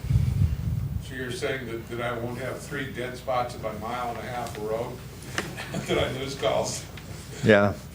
in our rough terrain? Of course, this isn't, I do Rapid City too, and I go out there and there's so many dead spots with that terrain. You can't even start to carry a call, but here you got quite a bit of terrain up in that particular area too, so it could be problematic. Once you get 2 or 3 miles from a site and you get into those valleys, then that creates a problem.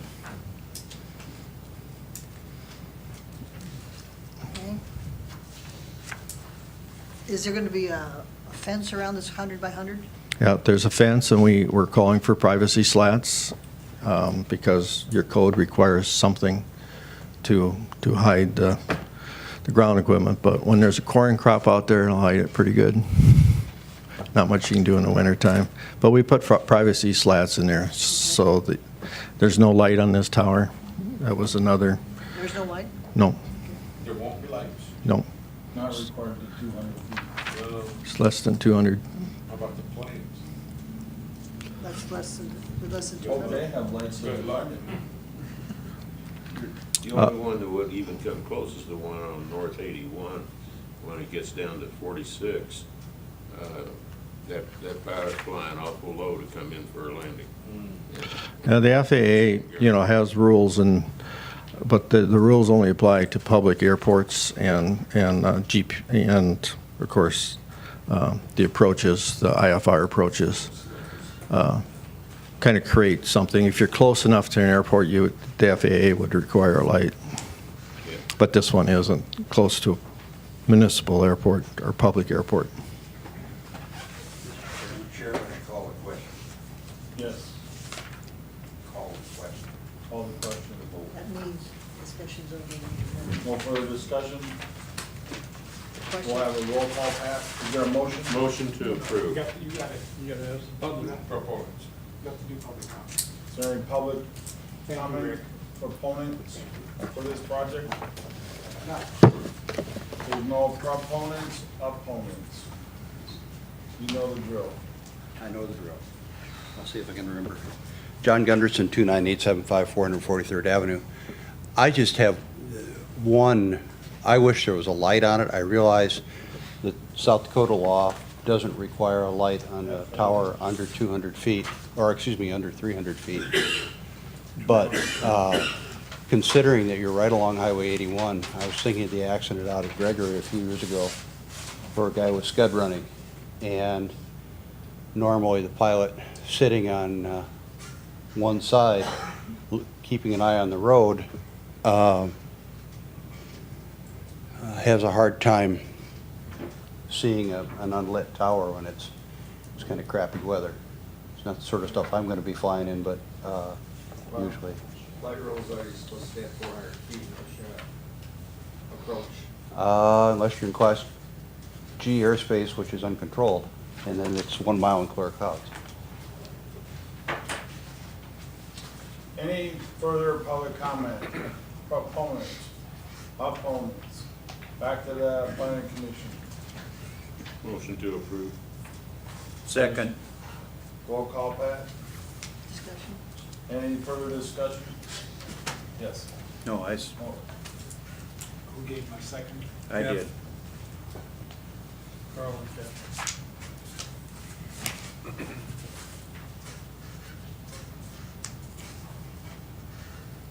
Okay, approved conditional use permit based on the application that presented for a new tower, cell phone tower. Kretzinger, Yes. Udall, Yes. Money, Yes. Williams, Yes.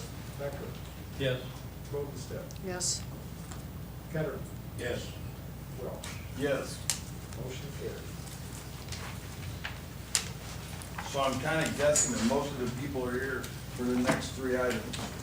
So as we call them and we go through them, remember, everyone is a person, and we don't need to make personal attacks on people, and we can still go through and do what we need to do on this thing.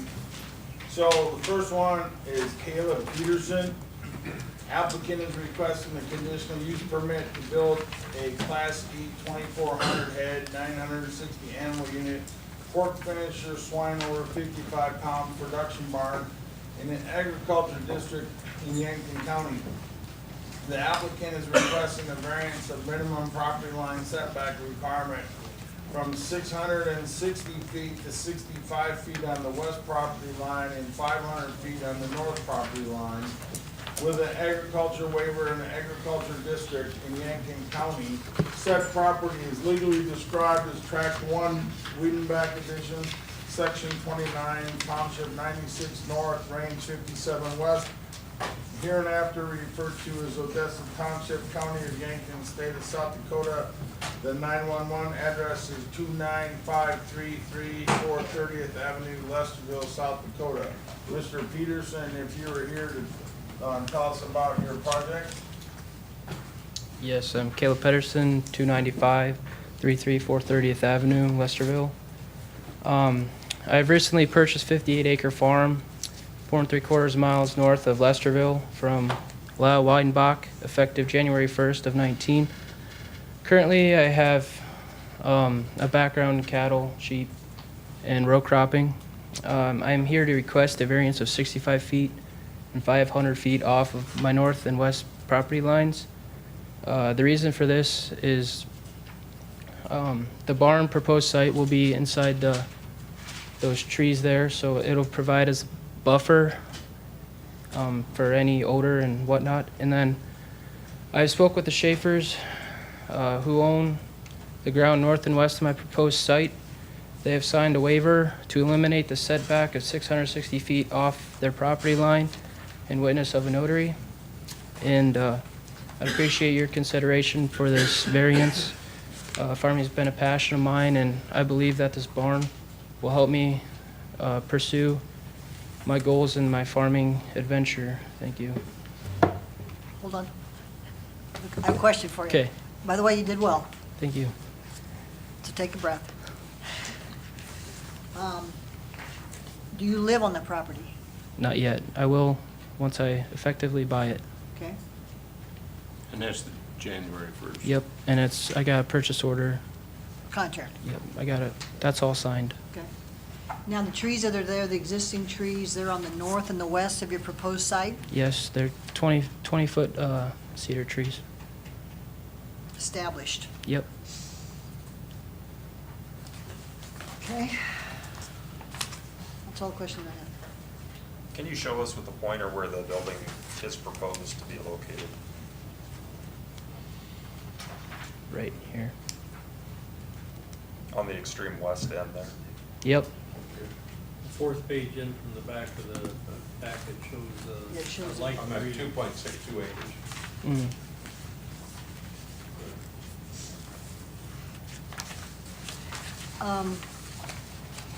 So your land that you're going to propose putting your manure on, is that on this map? Some of it. There'll be some right here, up in here, here, and then around, there's about 3 miles away from, it's all within 3 miles. It's all on these maps. that you Yes, submitted? yep. Yeah, it's all in the Okay. maps.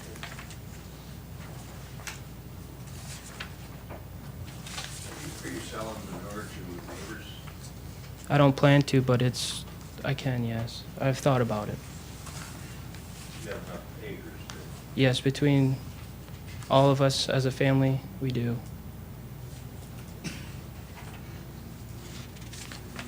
your barn's a little bit different design than what we've been looking at. You want to describe your barn a little bit? It is a tunnel vent system, which is 200 feet by 100 feet. Instead of using natural wind to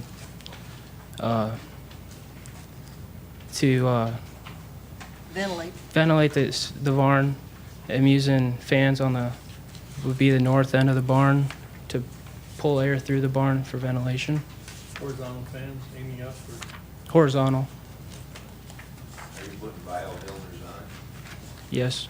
Yes? Or no? No. No? These are almost like the turkey barns. What's that? The turkey barns have the big horizontal fans. Yep. I've seen them. And with them trees there, it can act as will act as a buffer. so the fans are on the north end of the building? Yes. And it'll suck it through. Yeah. Oh, okay. There's curtains on the south. Uh, There'll be curtain on the south. we have curtain on the south, thermostatically controlled curtain. Yes.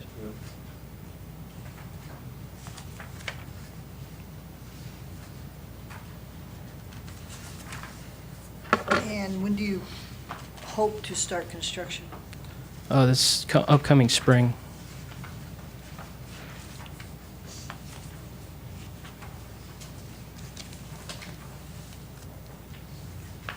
Are there any waterways close to your facility? Just there to the east. There's no blue lines though. No floodplain. No.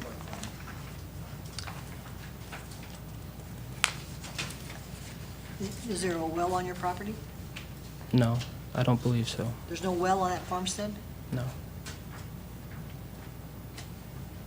If you plan to live there, you're gonna put in a well?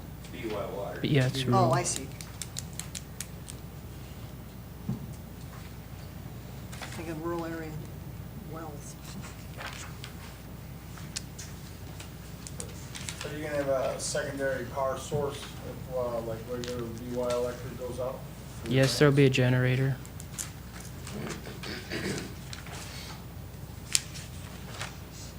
Do you have a map of how close the closest houses are? Yes, it's in there. It's this one here.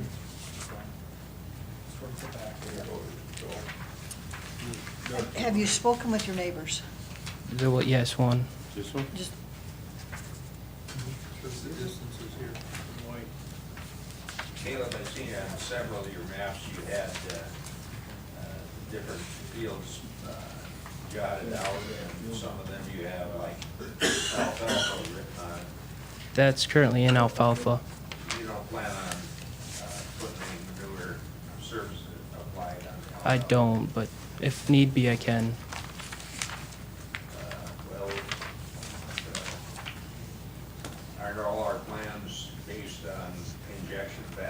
Yep. And everything will have to be injected, but in recognizing his field, alfalfa rotates out. Every 4 or 5. And so, I mean, he has excess field numbers, we're looking at over 400 acres necessary. I told him, go ahead and include it, but I don't want to be 3 years off the road there and he put manure on that field and then we thought it was alfalfa, so he does rotate. So I'd like to include it for you. So, where's the nearest farmstead that someone lives in? About a half mile to the north. Half mile to the north? You have your map there too. Back there. It's got a, no, there's another one that's got like, vectors, it's towards the back of the package. Yeah, I thought I saw that. Okay, so here's Caleb's. Here's one here, here's one here, here's one here, all well outside the buffer.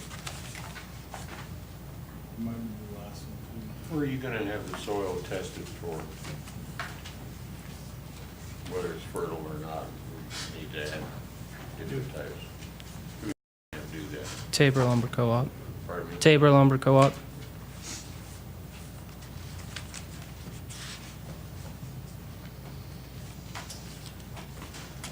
Okay, so thank you for Oh, presenting. hold it. on. Caleb, I got a question here. On this map here, it says Bon Homme County. Leroy, is that your parents or? Yes, it's my dad. Now, how far is that from your place? 3 miles. It's right across the county line there. How do you plan on hauling getting the manure over there to? Trucks. Trucks, you said? Trucks and then with the slurry tank. Okay. So you can go ahead, if there's any other immediate questions right now, you can go, okay, you can go ahead and sit down. I wanna say one thing to it. I think this is probably your first time Yes. talking in front of a bunch of government folks. Yep. You did excellent. Thank you. Excellent. You deserve a round of applause. Okay, how this is going to go is we'll have up to 30 minutes for proponents, and we'll have 30 minutes for opponents, and then we'll have Mr. Pedersen can come back for 10 minutes of rebuttal to answer any of the questions as it goes forward. So if there's like 10 people that want to be a proponent, then we need to know how many there is, and we'll divide 30 in each person is that, and we'll keep track on the time. So, how many people would be proponents for this project? Proponent for it. 1, 2, 3, 4, 5, 6, 7, maybe 8. So, 3.5 minutes a person, we can address it, and then, when we go to, so there's 8 P, and then how many opponents for this project? Those against it. Against it, 1, 2, 3. So if there's 3, now if it changes in between there, we can adjust this number. But right now, for the opponents, it would be 10 minutes per person as an opponent. So we will go with the proponents first, then we'll do the opponents, and then we'll have Mr. Pedersen can have 10 minutes to address any questions as we go forward on that. So the proponents is kind of like barbershop style. Somebody come up and somebody else, remember who's after that. State your name, your address, and how far you live from this project. And then Commissioner Bodenstat will have the actual timing. So let's go.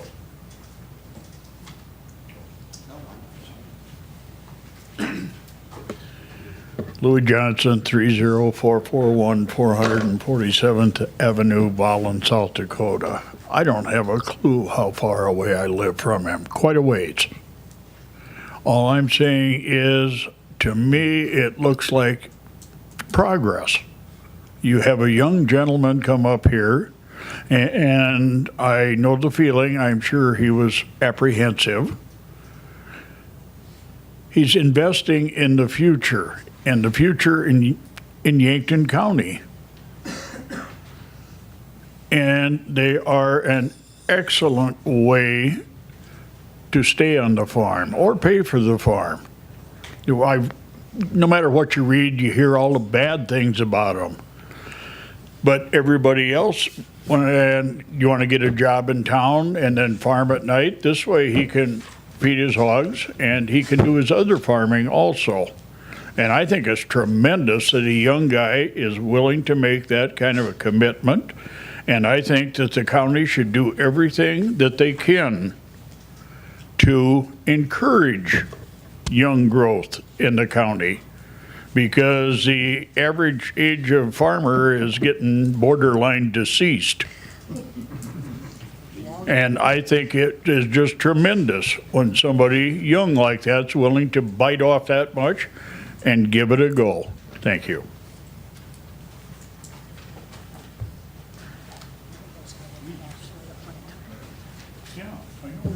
Adam Schmier, 26410 412th Avenue, about 40 miles.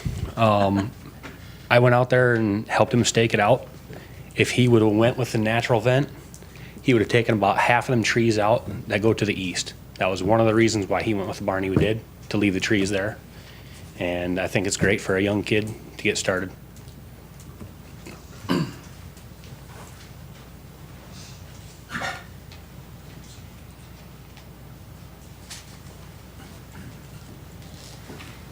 Hello, Carl Schenk, 44352 308th Street, Mission Hill, South Dakota.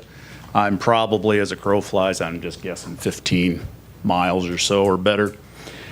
Anyways, just listening to some of the opposition in the past, they're going to complain about the variance. And they're going to say, you ought not do that. Well, last count, in that I checked with the zoning office, there has been nearly 100 variances for homes in the country for the acreage. You're supposed to have 20 acres. There's been over 100 requests for a variance in an ag district for a residential lot to be smaller than 20 acres. Do you guys know what percentage have been approved? 100%. Not one has been turned down. So are we creating our own issue in the ag districts? Yeah, we are. Because we have a hard time saying no. When I sat on this board, we never met a variance we didn't like. Anyways, these barns are a great way for a young individual to build equity. There's nothing else like it out there. We've got two bankers here. Farmland brings in maybe a 3% return. Cost of funds, 5.5%. Taxes, another 1%. You might be lucky to see a 3% return on farmland. You want young people to come back, they have to make a living. His father, I knew from working at Mark's Machinery. Now he works at Koletsky's. I'll bet if you asked him if he could have stayed full-time on the farm, he'd say, oh yeah, you bet. Great opportunity. If you want young people to come back, invest in their community, this is it. It works. It's the only thing that's working right now. Probably a 10% return, not including the nutrient value of his manure. Now, after a few years, that barn's paid off. He's got income. He can buy an 80-acre parcel. He can buy a quarter.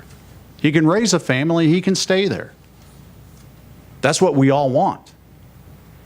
So, when you hear about you ought not do a variance, remember, we've granted 100% of those requested for a house in an ag district. Now we have an ag activity asking for a variance. We need to approve that. What other endeavor deserves it more than an ag activity in an ag district? Thank you.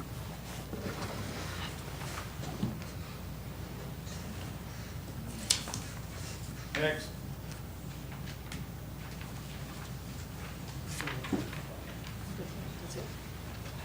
There was a total of 8, so this will be 4. Hi, Brad Hone, MDS Manufacturing, 406 West Walnut, Parkston. Just wanted to offer, if you had any questions about the facility style, I helped lay out the initial design. One clarification is it is a tunnel vent with the fans being drawn through the facility. There are some small pit ventilation fans that would be on the side of the facility as well for a minimum type ventilation as currently proposed. So just wanted to clarify that. Other than that, I mirror what some of the comments have been said about how this allows a young man to come back to the farm and gives them the opportunity to stay there and work that land. So any questions, I'll answer them. Thanks. Number 5.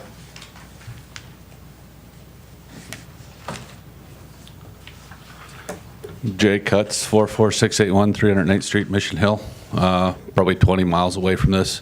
I'm more interested in a young fellow that wants to work livestock and remain on the farm. And I've got 3 sons that I hope someday that they'll want to do that too. And I think it's a great project for Yankton County. Number 6.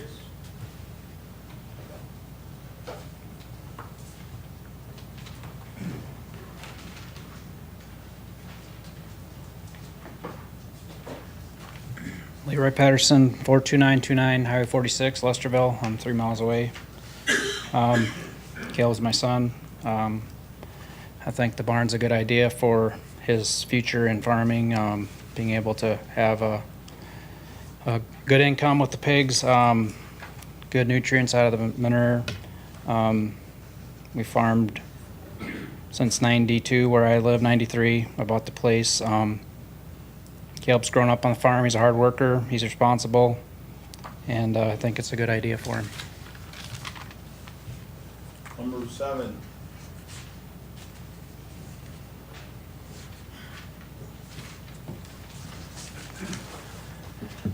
Dan Bamer, Ethan Quap Lumber, 117 West Ash, Ethan. What I was getting at is part of the tax money that these buildings bring into the community. Everybody says that it tears up the roads and so on and so forth. I don't know what it does for Yankton County, but Hutchinson County, a barn like this will draw $3,600 worth of taxes, depending on the school district and the opt-out and so on and so forth. $2,000 and $2,200 goes to the county, goes to the school. $1,000 or $1,200 goes to the county, and a little bit to the township, and so on and so forth. But these are good for the area. If you've got 5 acres that they're taking up, and with $3,600 for the taxes, there isn't anything that brings any more taxes to the tax base there. So consider. Thank you. Was there an 8? All right, that will be the end of the opponents. The opponents right now, I had listed that there was 4. But can you just verify again, how many do we have? Raise a hand. 1, 2. Addie, are you going to speak? Are you gonna, so there's 3. There's at least, anyway, 3. Let's go. You got the timing? Yep. There's 2. 10 minutes each. Yep. Caleb, I really, Patty Gramco, 4313 Herman's Loop, Yankton. I have no idea how far away I am. I just have one question for you. Are you applying for nitrogen or phosphorus?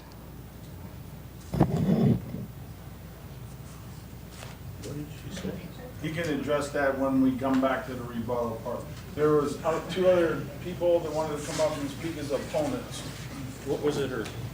She wanted to know if he was be applying his nitrogen or phosphorus for the fertilizer. Right? From the manure. Yeah. Which one are you gonna? Paul Weidenbach, 294 430th Avenue, Lesterville, South Dakota.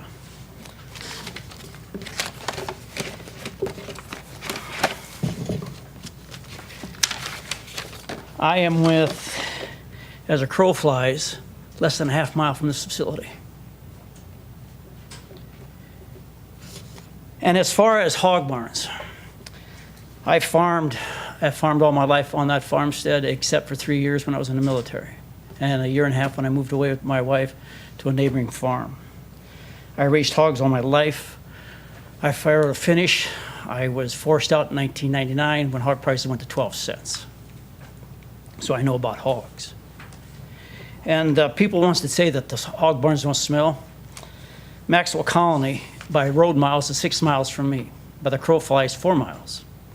On a strong summer day, spring, summer, fall, on a 35 to 30 mile an hour northwest wind, I smell their barns. My neighbors smell their barns.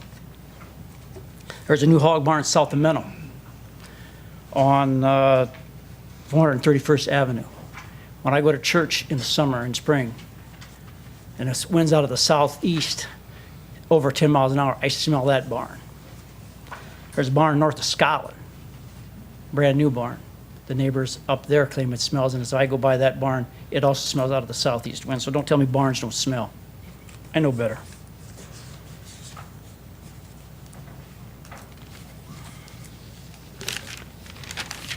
Also on your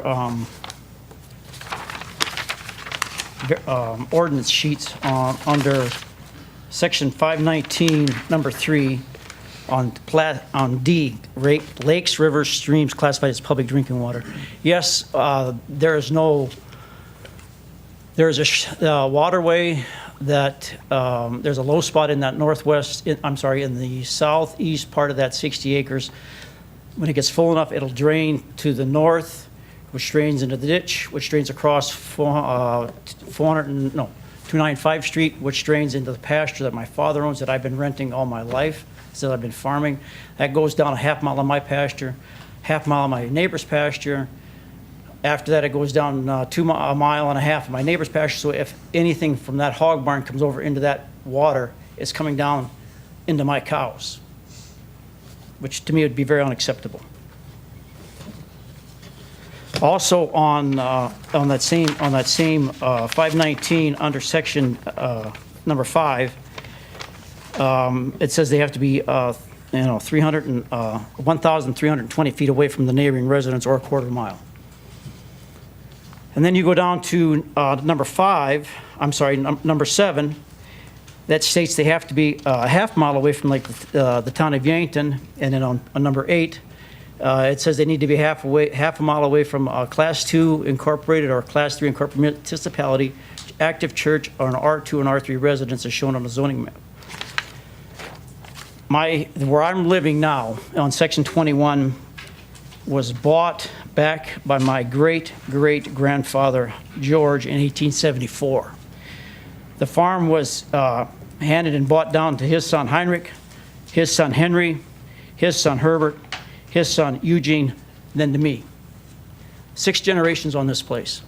Why am my farm residents considered less than the town of Yankton or a municipality or a church?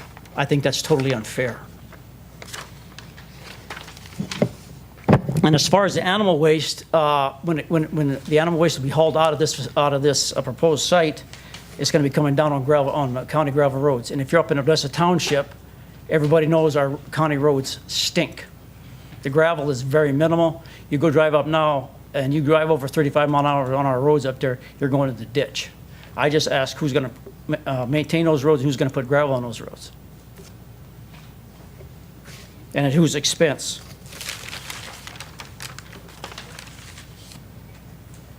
And unfortunately, up in my neighborhood, I figure a pretty tight neighborhood. We help each other out, do different things.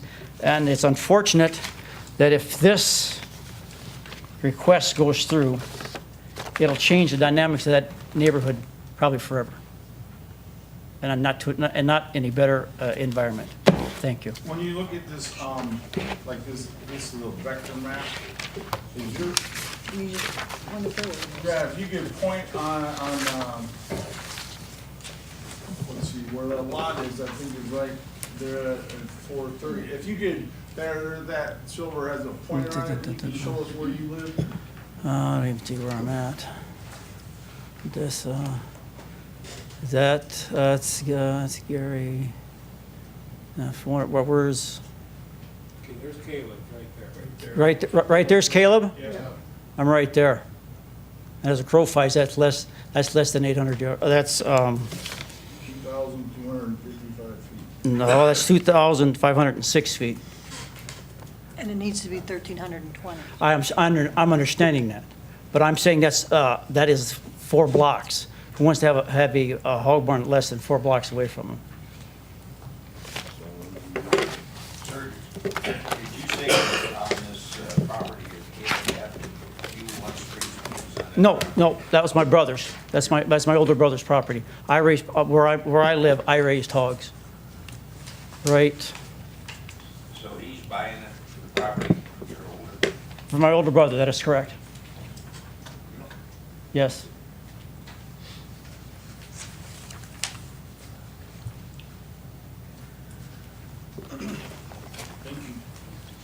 That was, and there's one more, I think.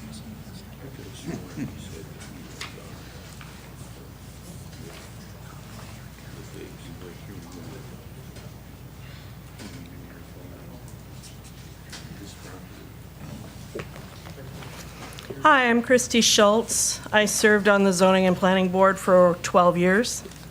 And yes, we are going to talk about variances because it is not allowed to variance a CUP. It has been tested in court and it has been supported. You like to say that you want to obey the law? Well, the thing about a CUP, a conditional use permit, is it's conditional. It doesn't mean that just because you ask for one, you get it. Setbacks were set for a reason. We battled over those setbacks when these zoning laws were drawn up. Garrity says safety is #1 on a CUP. That's a quote from tonight. Okay. Well, Section 1807 says that the granting of a variance will not be injurious or detrimental to the neighborhood or otherwise a hazard. Basically, I'm not quoting that correctly.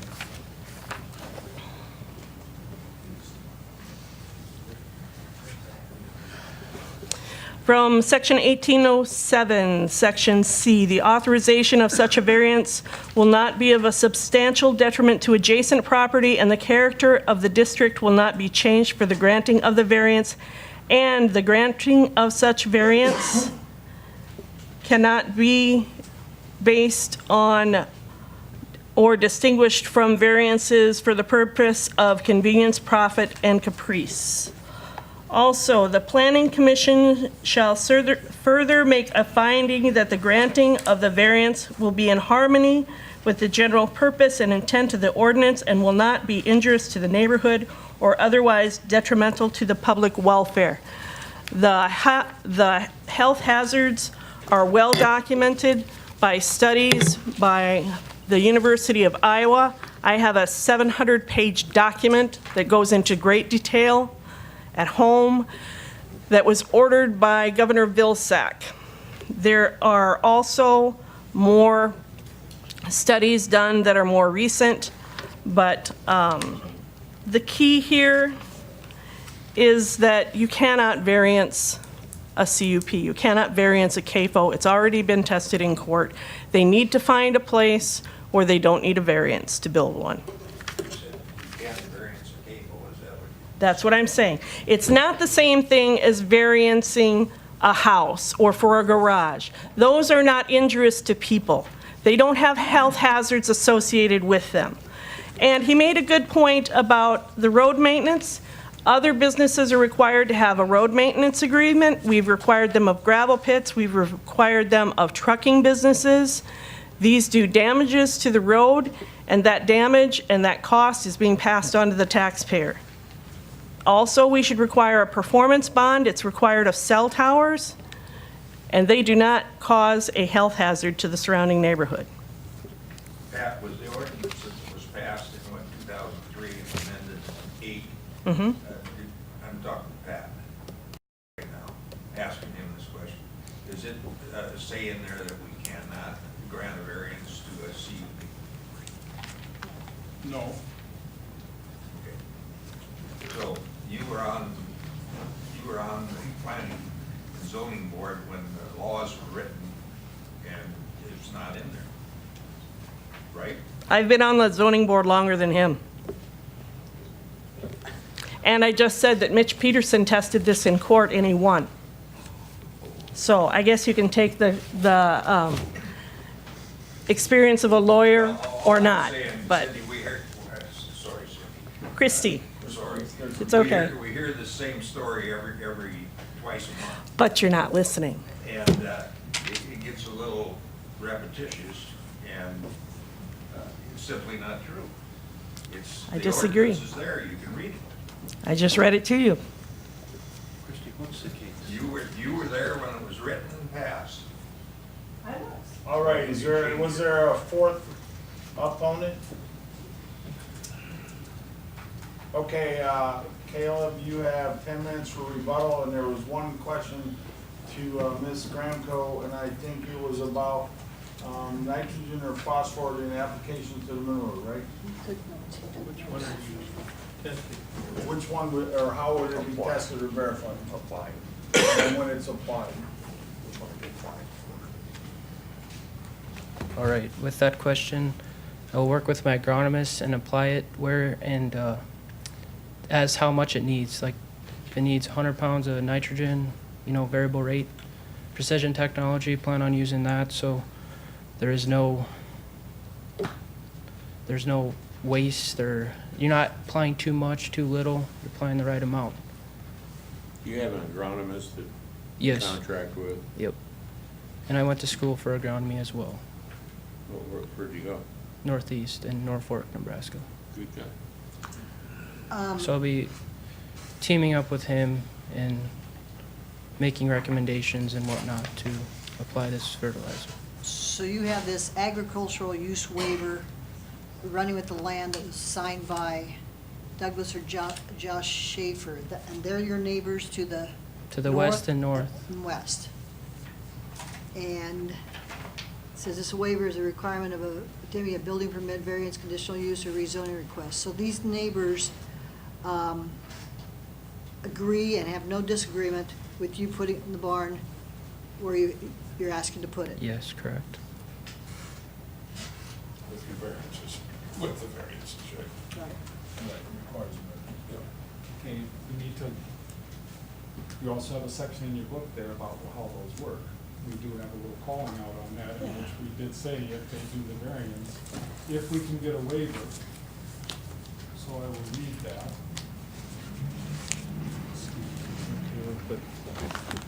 Caleb and I worked on this, and we said that Section 5 does talk about the 660 and the 330.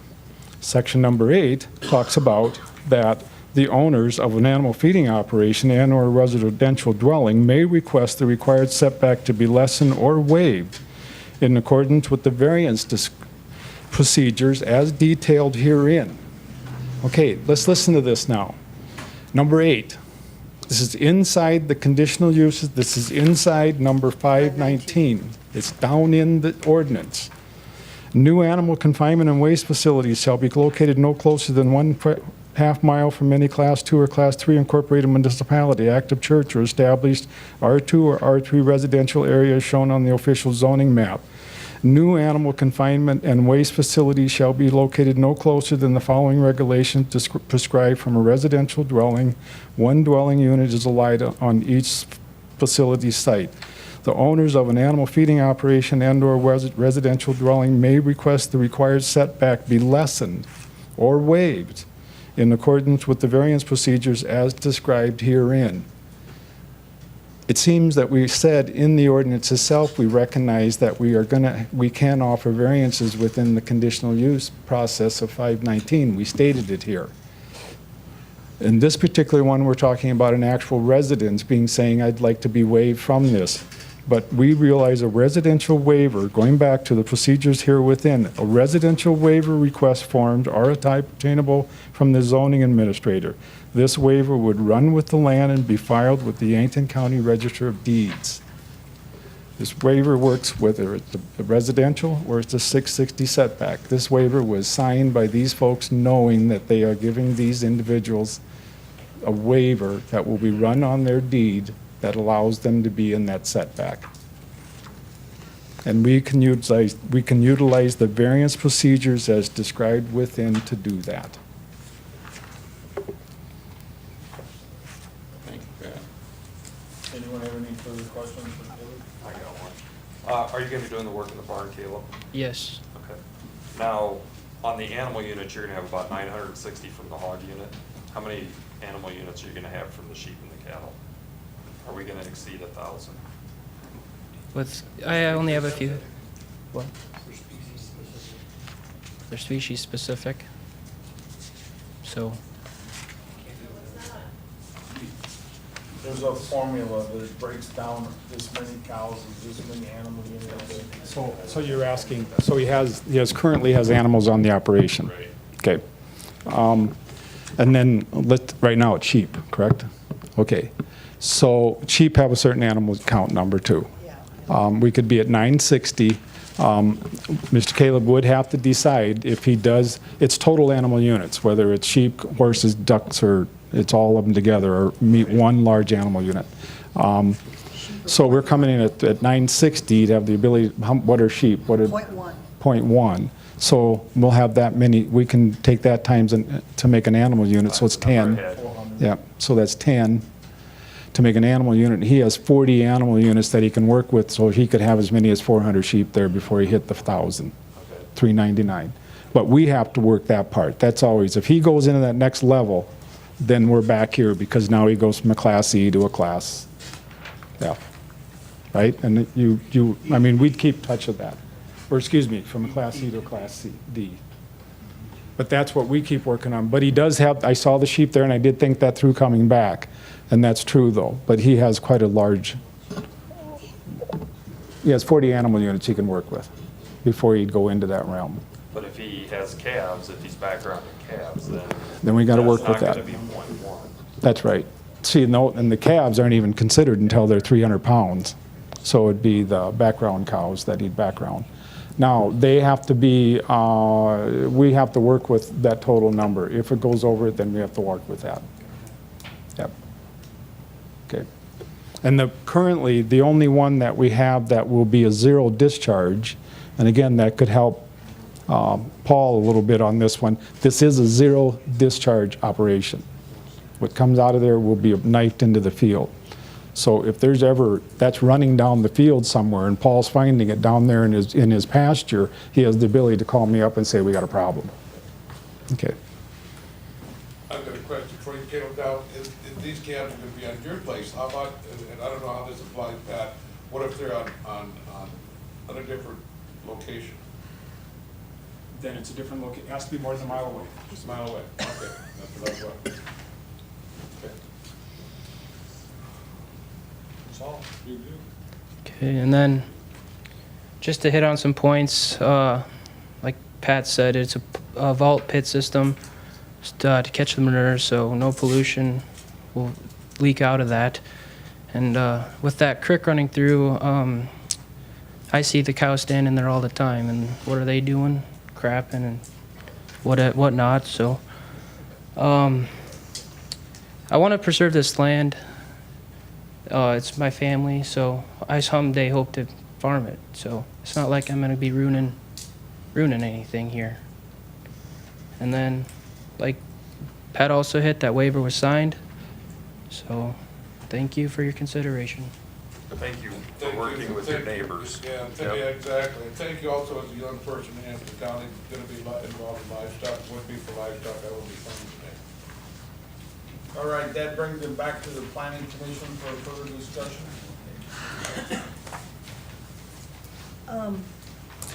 It's 295, is that a township road or is that a county road? I'm not sure. What do you think, Caleb? Was that hard top up there, 295? Yes. That one is? That's hard top? Okay. Except for the big pothole, and that's over gravel. Well, now we start a new subject. So we have 46 right down here. I don't know if I Here's 46, 2 miles down. Correct, Caleb? 3 miles? Okay. Any other questions?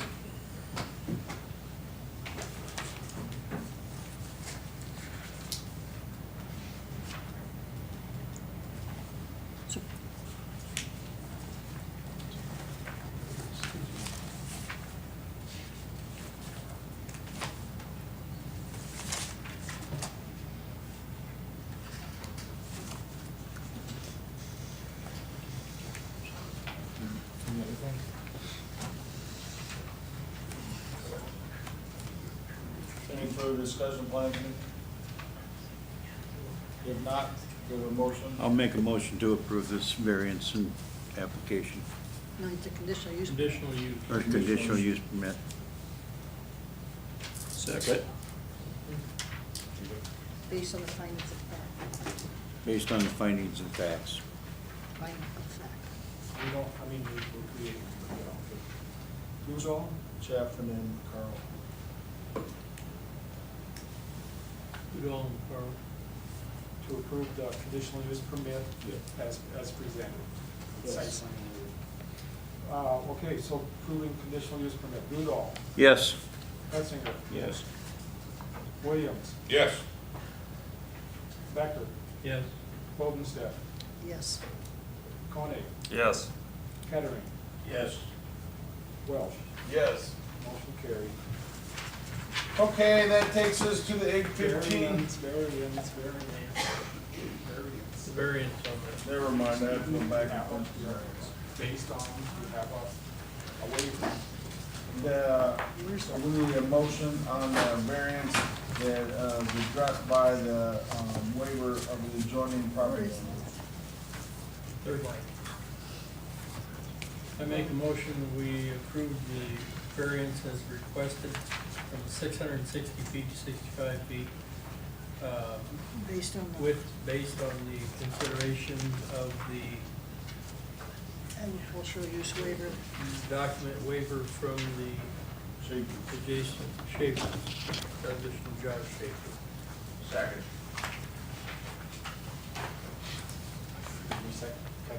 Yeah. Yep. Roll call. For the variance on the west and north lot lines for the 660 property line delineation based on the waiver being presented, Becker, Yes. Kettering, Yes.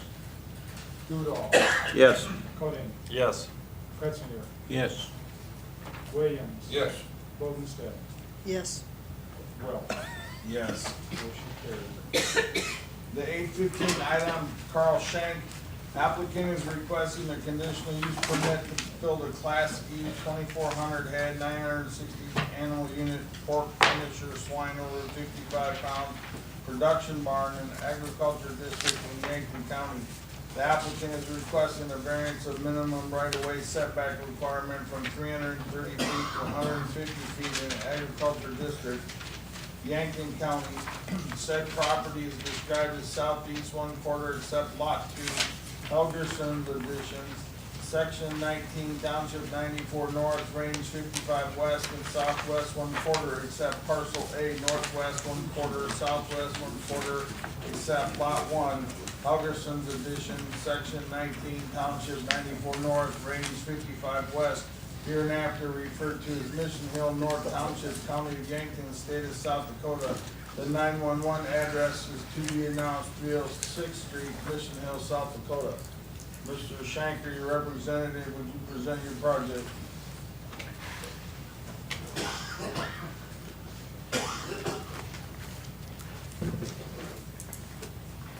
I almost said good morning. Oh, this is not, Not there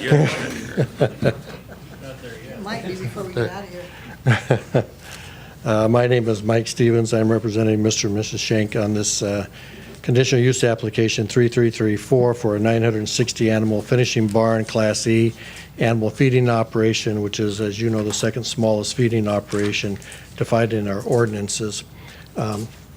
As I look through the ordinances, as you are all very well aware of, it really seems to me that any application that comes before you really has to meet a checklist of things that have to be done. And as a nation of laws where we look at what's required and set forth in front of us, so I kind of look at it from a checklist standpoint. And so, and as I go through the ordinances and in this application that has been submitted, and I think it's a very comprehensive one. It's I don't believe that you've all received a copy of it, but it's this is the notebook of the application of it, and so it's very specific. And as we go through it real quickly, I will go through to tell you where I think it has met this.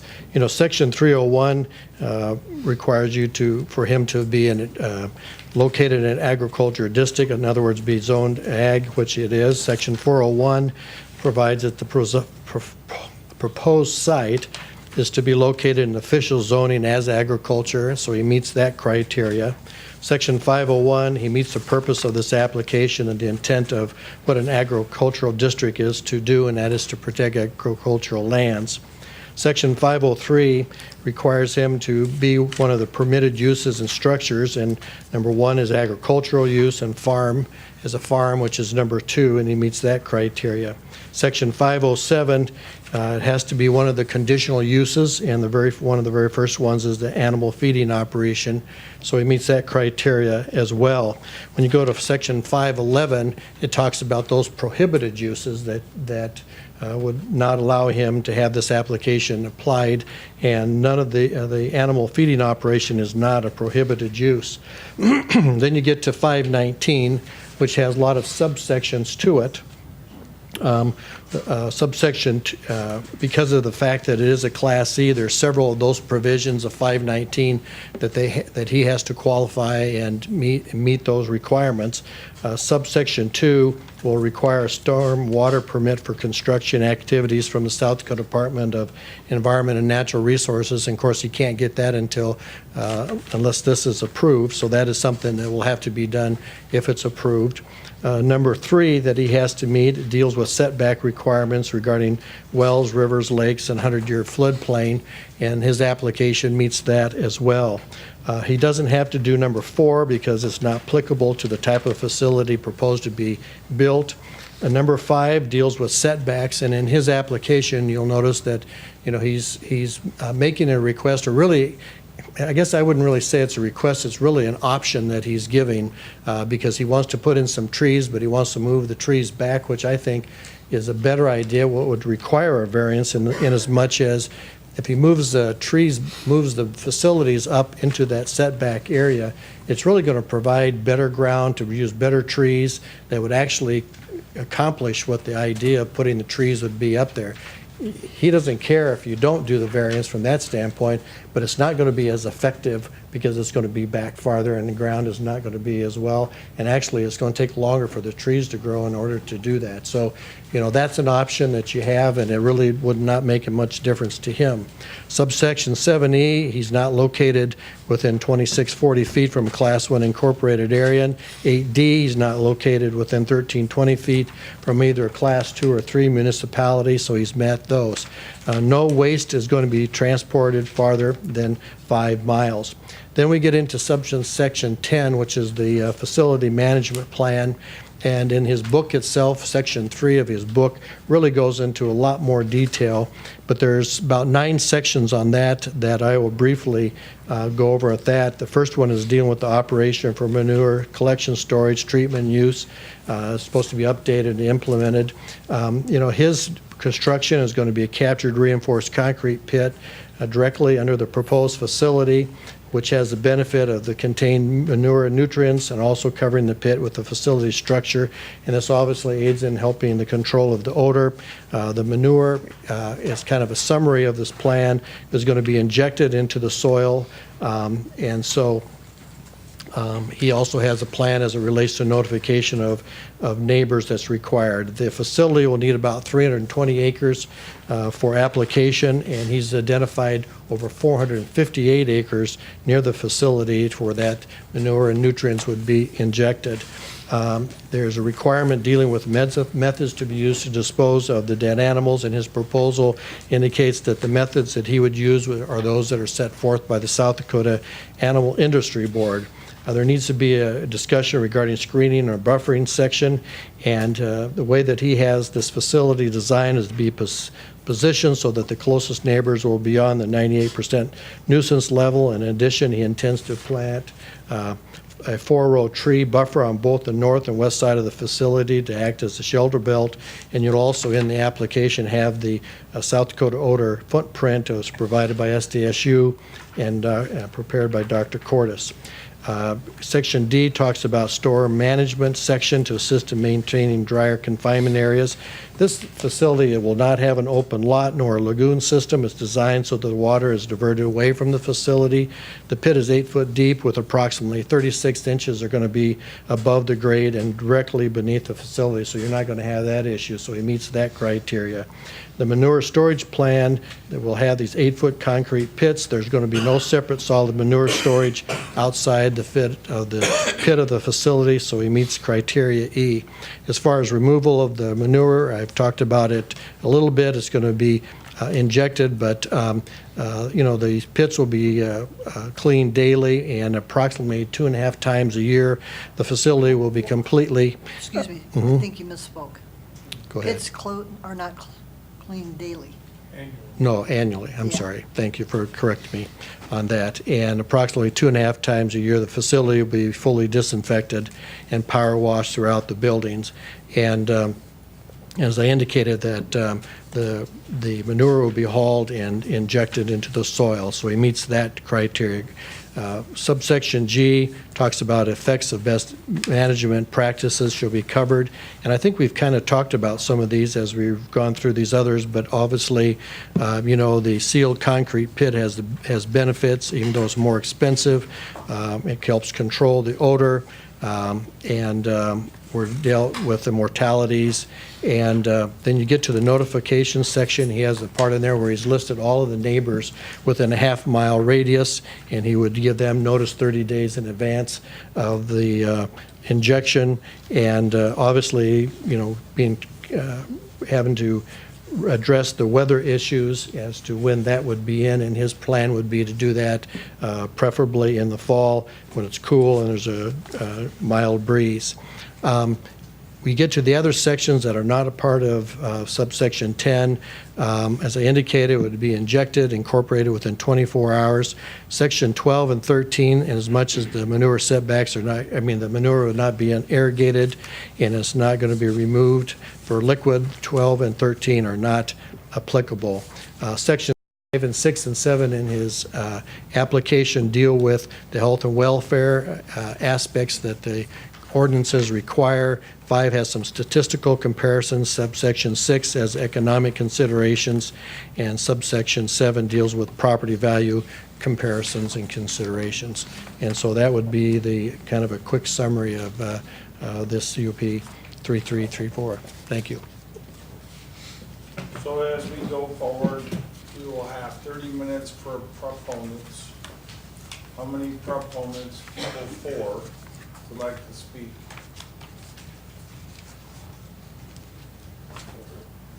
Raise your hand. 1, 2. So right now we have 2, 3. We have 3 proponents, so that would be 10 minutes each. And opponents, we have 1, 2. Label me how you want, I just want to talk. Okay. Well, doesn't matter which one you go to, so we'll go to opponents, that's where you spoke. So right now we have 2 opponents and we have 3 proponents. So like barbershop style proponents. First guy up to the seat, then the next, then the next. Moving on quickly. Louis Johnson, 30441 447th Avenue. Once again, I think this is a good idea. As far as the road issues that everybody's concerned about, on this particular site, he can use a drag hose. And the other piece of property he has, if the neighbors give him permission to run a hose in the ditch, he can get rid of the rest of his manure with the drag hose, and there won't be anybody driving up and down the roads. And as far as the fact that, yes, it is a confinement, 97% of the hogs are raised in confinement. The only way that I can see for anybody to force confinements out of existence is to quit eating all pork products. Just don't have any. And then that would be the only way they can make him quit, because they're a very humane and efficient system. for raising hogs. And the way the system is set up, it is subdivided and everybody makes a return on their money. As far as the comments about, oh, you can't offer a variance for livestock because that's dangerous. How many people know somebody that was killed by a pig? How many people have drowned? When I was 6 or 7 years old, our 2 next door neighbors drowned swimming. But yet we just passed a CUP for a swimming pool. Nobody had a problem with that. You have sports. When I was 7 years old, I watched my 9-year-old brother get killed 25 feet away from me, playing baseball in grade school. Don't see anybody, including me, demanding that they quit playing sports.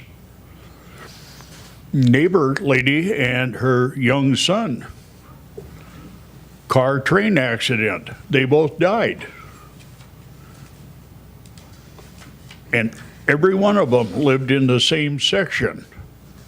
And not one person died because of a chicken or a pig or a cow. And there's way more dangerous things out there than these hog units. But we've got everybody stirred up into a frenzy around here. And we don't want, you know, oh God, they're bad, time out, they're bad. What people don't realize is I'm waiting for a judge to make a ruling on a lawsuit. And if the judge rules against me and the county, anybody that has 1 animal unit or more will have to get a conditional use permit because that's what their lawyer demanded. And the other nice thing about it is for a CAFO, you got to have 1,000 animal units. But nobody reads the rest of the state's definition unless you're discharging waste into a stream or standing water. Then it doesn't matter how many heads you've got, you are a CAFO. Now, how many cattle yards around here can stand up to that scrutiny? And I don't know about this for sure, maybe Zane would know more about this. If you have a blue line creek running through a pasture, I think you're supposed to have the cattle fenced out of it. And I don't see that happening around here. And I guess to me it's a safe way to raise the livestock, to provide the protein needed. The manure, everybody thinks we're just going to throw it away, and that is the most valuable end of the whole process. It raises yields. Go to somebody that has one of these. They're the guys that are buying land. They're the guys that are expanding. They're the guys that are buying the summer home out by the lake. And I can take you to several people's places out there where I've worked on them, and they can't figure out what the hell's wrong with Yankton County that they're trying to stop them. He said the best thing that ever happened. Thank you. Number 2.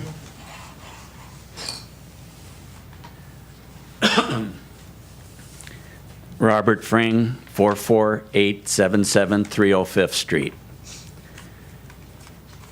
It's, I don't know how you say it, it's getting somewhat ridiculous on the fighting and all of the BS that's going on. When a farmer can't farm, it's ridiculous, because that's what we started this, because I was, for years and years, we were working on this, and I was against zoning, because I thought, why, you know, ridiculous.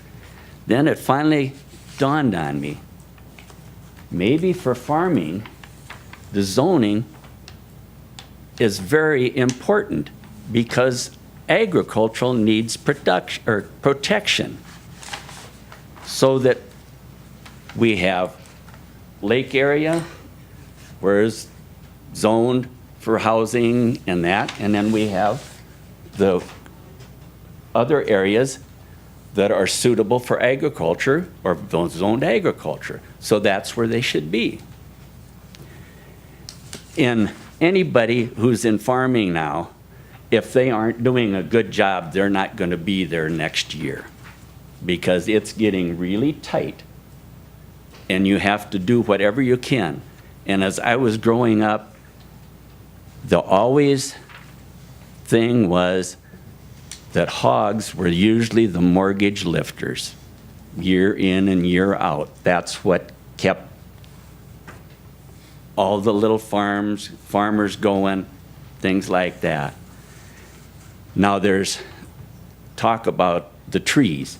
Okay, there's a lot of trees, and I would just venture a guess that Carl Schenk has probably planted more trees than most anybody in here, or maybe as many as all of us have. And I drive by them quite regularly, and they're very nice, very good groves.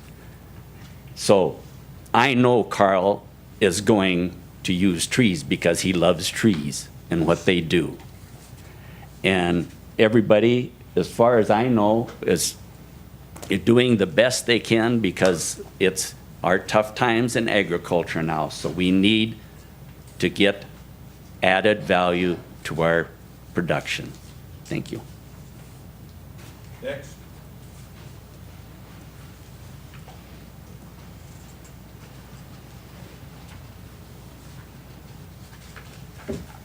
I'm Brad Hone with MDS Parks in South Dakota.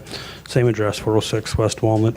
We're back to a natural ventilated building again here, different from the first applicant, the tunnel vent. Again, I propose there's no more, no less emissions out of, we're ventilating 2,400 head of animals, whether we're using fans to do it or using Mother Nature. Again, Carl's mentioned in his permit the use of trees and so forth, which is a great asset, but the reality is we smell more with our eyes than we do with our nose most of the time. So it's they're doing the things, all producers are doing the things they need to do to keep the value in the nutrient, and a lot of that there's steps of keeping the excess water out of the, keeping the pit additives in, which keep the manure more valuable and so forth. So overall, all these producers just to kind of mirror a lot of the comments earlier, doing what they can to make it of value.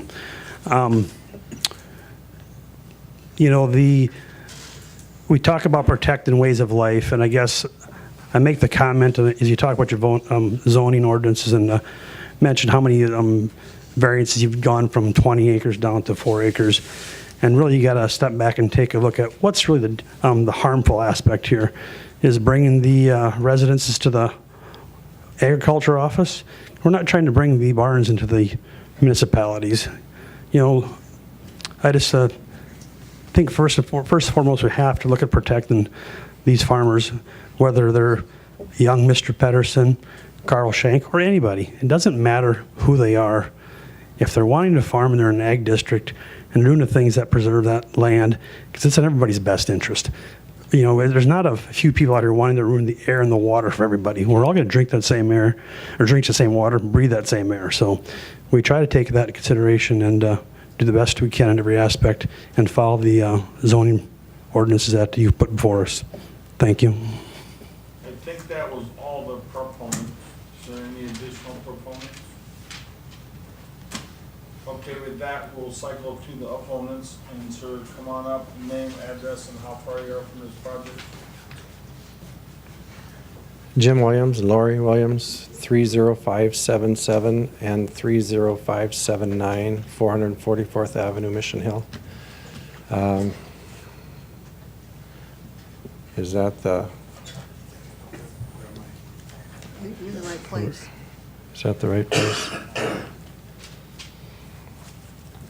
My understanding is that the barn is going somewhere here. That's where we live. We have two houses on that, right there. Is that right? This is 444th? This is platted out 10 acres for secondary financing, and that took it out of the 80 acres. So it's actually Yankton Rental Properties LLC, the 70 acres, and this is the homestead of 10 acres. So we're one and the same. You were notified us correctly. We were notified correctly. So there's So you're on 4, so that's 44, yeah, okay, thank you. Walshtown Road is 444th right there. Yeah. I'm not sure I understand a lot of the conversation here, but I'm just here to address the variance, I guess. So, and try to minimize the impact of the building that's there. We've talked about it, they touched lightly on it. The ring of smell that goes around there and the percentages, I think you probably have a different name for it than that. Odor footprint. Pardon? Odor footprint. Odor footprint, okay. There's one in this application, there's one of those. Yes. Those get followed. So it's in the application? Yes, it is. Yep, okay. Percentages as the rings go out. It touches just part of ours. It doesn't even include our home, which means we shouldn't smell this at all. So we just want to make sure that that stays in there and it's understood. We need to know who to call when it does. When it doesn't, Sir, this Take is not a care. guarantee. This is prevailing winds. I mean, this is That's a- 99%. It's a 99%. right, so even with the winds, one time out of 100 days, I will smell it, is what they're saying. Percentages is what they're doing. Percentage, yes, sir. Right, right. So when it's 5 times a month, then they're not following this. Then they need to address that. I'm asking who we call. We call the commissioners. When it's not working, I guess. Hopefully it'll work and it'll be just great. But when it doesn't, who do we call? You guys got to know. Pat is going to be the one that gets the call. But unfortunately, you know, Okay. which direction do you live? Northwest. He lives- Northwest. Okay. So you gotta have a West, south. west by You gotta have a northwest. southeast. Well, it's all around. It's the neighbors all around. So as long as that's in there and we understand, and we call Pat, I heard. So the trees, there's a design in there for the trees. I'm glad to hear that. I don't know what that means. Is it defined more? I haven't read the permit, so that's why I'm here. The variance is, the variance is try to minimize these things. That's why I'm addressing the variance. That's why I was notified and that's why I'm here. So I'm asking questions in regards to the variance. He's asking for a variance to improve things. I'm certainly not against making this have a less of an impact on our life. So there's trees around it. What does that mean? Because I was at a meeting where there was trees and then there weren't trees because it didn't work. So are there, He's proposed trees on the west and the north, which would be the direction your farm is. what does that mean, trees? Is there, When we get to the rebuttal part, Mr. Shank or his representative can address that, because that'll be one of the questions that you have. I'm not sure if they mentioned the for type of the trees. Rebuttal part, which is right after the opponents. So he would get to answer your question, the owner or his representative. Or what his tree plan includes or whatever. can Shelter belt screen is what it says. okay. North and It west doesn't sides say of the- 1 row, 2 rows, 5 rows, 4 rows. There's four in the plan. There are two different plans shown, and Carl can address the two different plans because they have to do with different trees, I believe, because of the soil. All right. 4-row tree buffer. 4 rows, okay. See, I don't know this, that's why I'm asking. And the variance is asking so they can plant trees. What does that mean? Actually, the variance is To help. change the setback from 330 feet to 150. So they can plant trees, and the trees are more likely? Conditional use puts conditions on, and the trees would be just one of the conditions. Yes. He's already got it on his plan. I haven't seen it, Something so, we have to add. okay, I just want it defined and understood.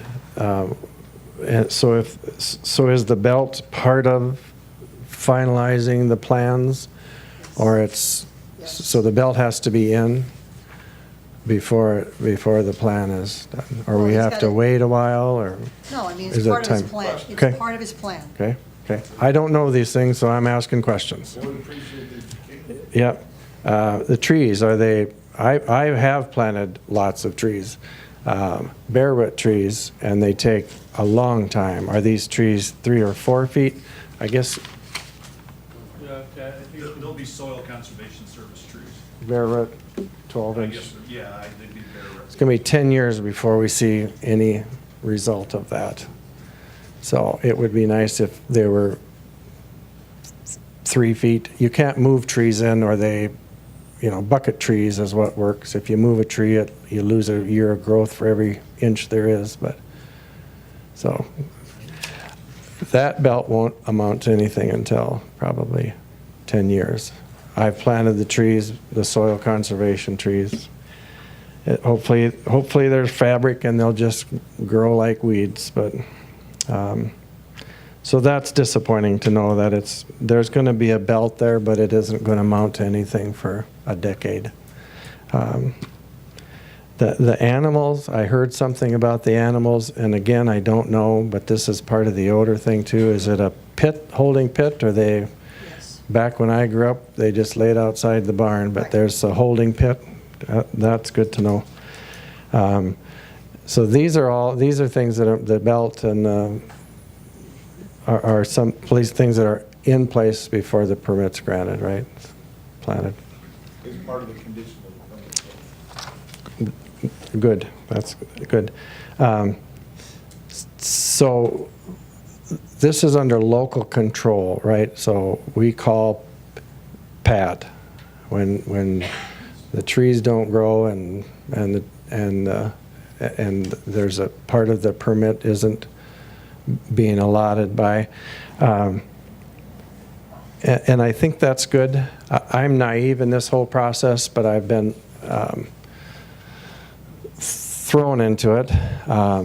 My concern is that the local control is going to disappear. The wind out there, and most of you probably know it, probably the applicants know it, the local control will probably disappear. It'll go to Pier, and Pier doesn't even recognize the odor footprint. They don't recognize the water quality. So now I call Pier when there's problems. No one's going to answer.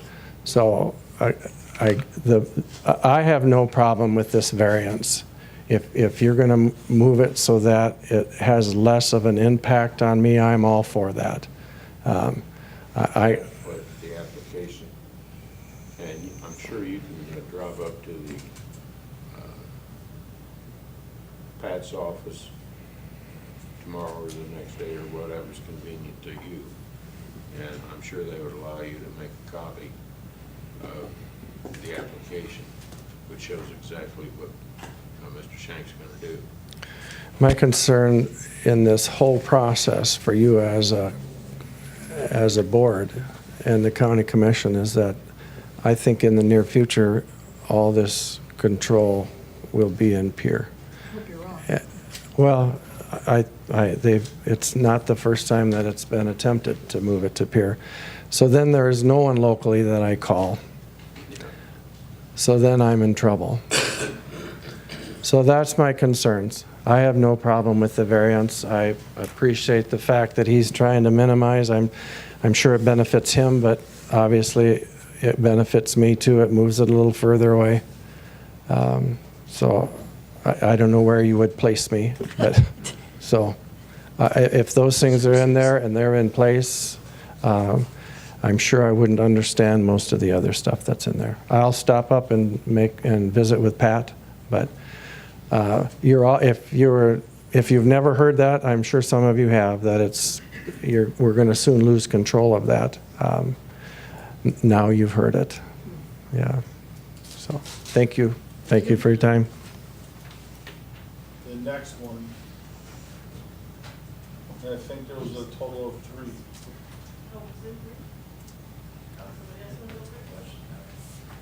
There's two. I only saw 2. She's in favor of the septic. Hi, Christy Schultz again. I live about 2.5 miles from the proposed location of this permit. I would ask, since it is a conditional use permit, that we actually put some conditions on it. I would ask that you put a performance bond on this permit. You require this of cell towers if there's damage to them so they can be decommissioned. I think that is pertinent and prudent to require that of a CAFO permit. I would also ask that you put in place a road maintenance agreement. It's required of gravel pits and other businesses such as trucking businesses. We've required that in the past. I would ask that you require a modern state-of-the-art facility, an enclosed barn with properly installed and maintained biofilters. Biofilters can reduce harmful emissions by over 90% when maintained properly. Why should we accept an open curtain barn technology from the 1970s? They can do much better. A buffer strip of evergreen trees of sufficient size to deflect the wind away from the neighbor's property. Iowa Select Farms uses buffer strips to keep the flow of air on the farm and not on the neighbor's property. Electrostatic fences to capture toxic particulate matter. Again, Iowa Select Farms requires this of its barns and its pork producers in Iowa. Feed and manure pit additives to reduce the odor. Mandatory air monitoring for hydrogen sulfide, ammonia, and methane. Toxic gases should not be breathed by the neighbors. An effective means of insect elimination or control. Vectors can carry diseases for miles. Groundwater monitoring to detect pollution from an unknown or undetectable leak in the manure pit. Spink County already requires this.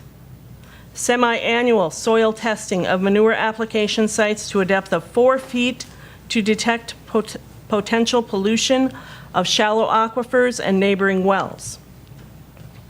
Berms of correct material height and location to contain the results of a catastrophic breach in the manure pit. Recent floodings makes the need for these clear. Extra notification for manure applications so affected residents will know what to expect and when. That's common courtesy. A minimum of 50-foot grass buffer strip on all sides of manure application fields. Senate Bill 66, approved by Governor Dugard, recommends grass buffer strips to improve water quality near lakes, rivers, streams, and wetlands. No manure application in winter so that when ground is frozen, thus preventing runoff in the spring. No manure applications on slopes greater than 10% to prevent runoff. Post-application soil testing to detect over-application of nitrogen or phosphorus. Annual facility inspections by the South Dakota DENR. Mandatory state animal feeding operation or CAFO training because the applicant has no previous experience with large-scale feeding operations. And I have a question for Mr. Schenk. How much is enough? How many animal feeding operations, how many pork barns do we have to endure from you? Will it ever be enough? So the rich get richer and the poor get sicker because they have to live near these facilities. They talk about wanting to stay on the farm. My family has lived in this county for 7 generations. I think I deserve to live on my 4-generation farm in peace and not have to breathe someone else's get-rich-quick scheme. Thank you. Is there any other opponent? That's it, I think. So we have 10 minutes for rebuttal. Mr. Stevens or Mr. Schenk, if you want to address any rebuttal points?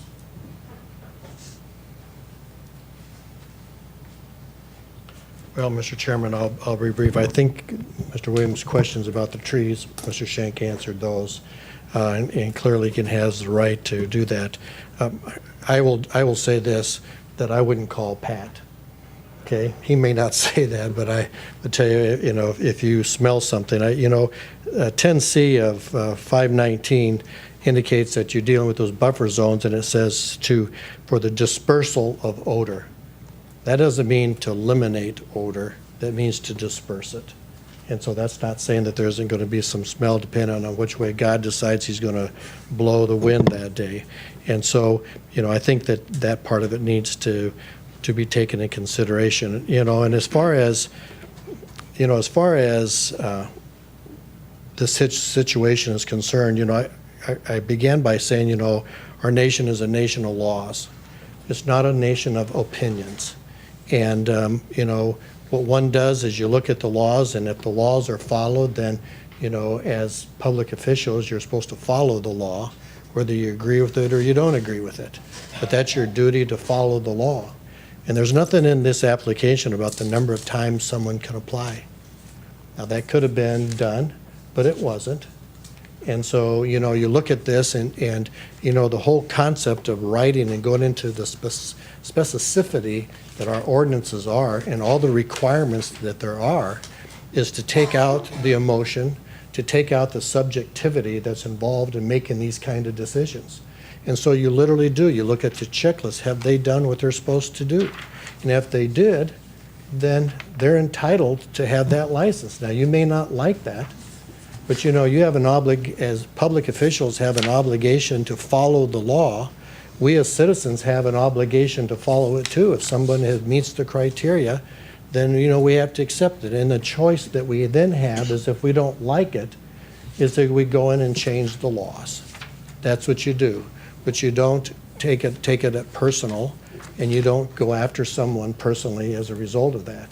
And in this instance here, I think the clear point of view of it is that as I went through each criteria that Mr. and Mrs. Shank were to follow, they've met each and every one of those criteria.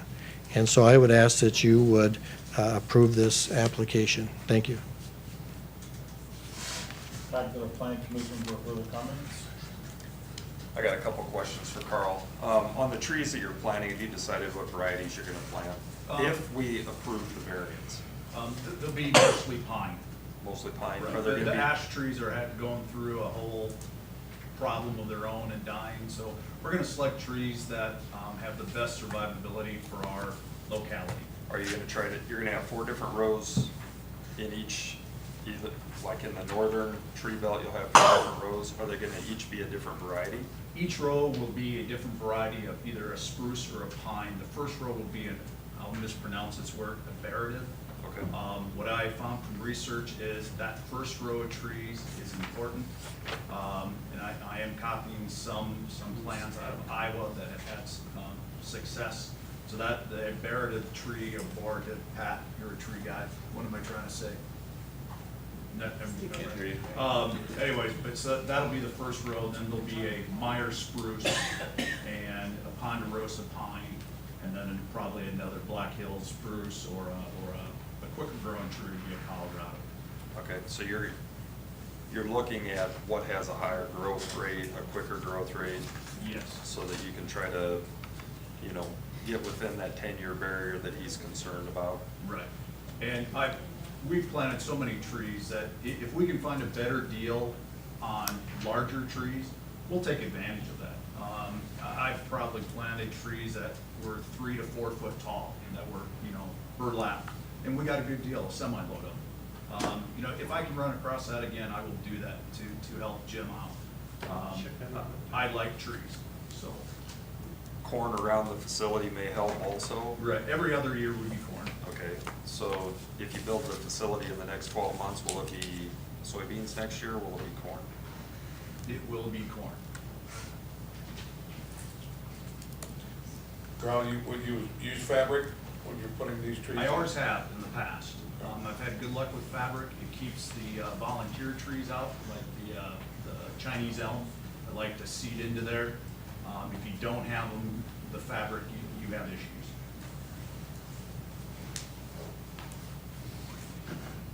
So we'll have fabric. Fabric.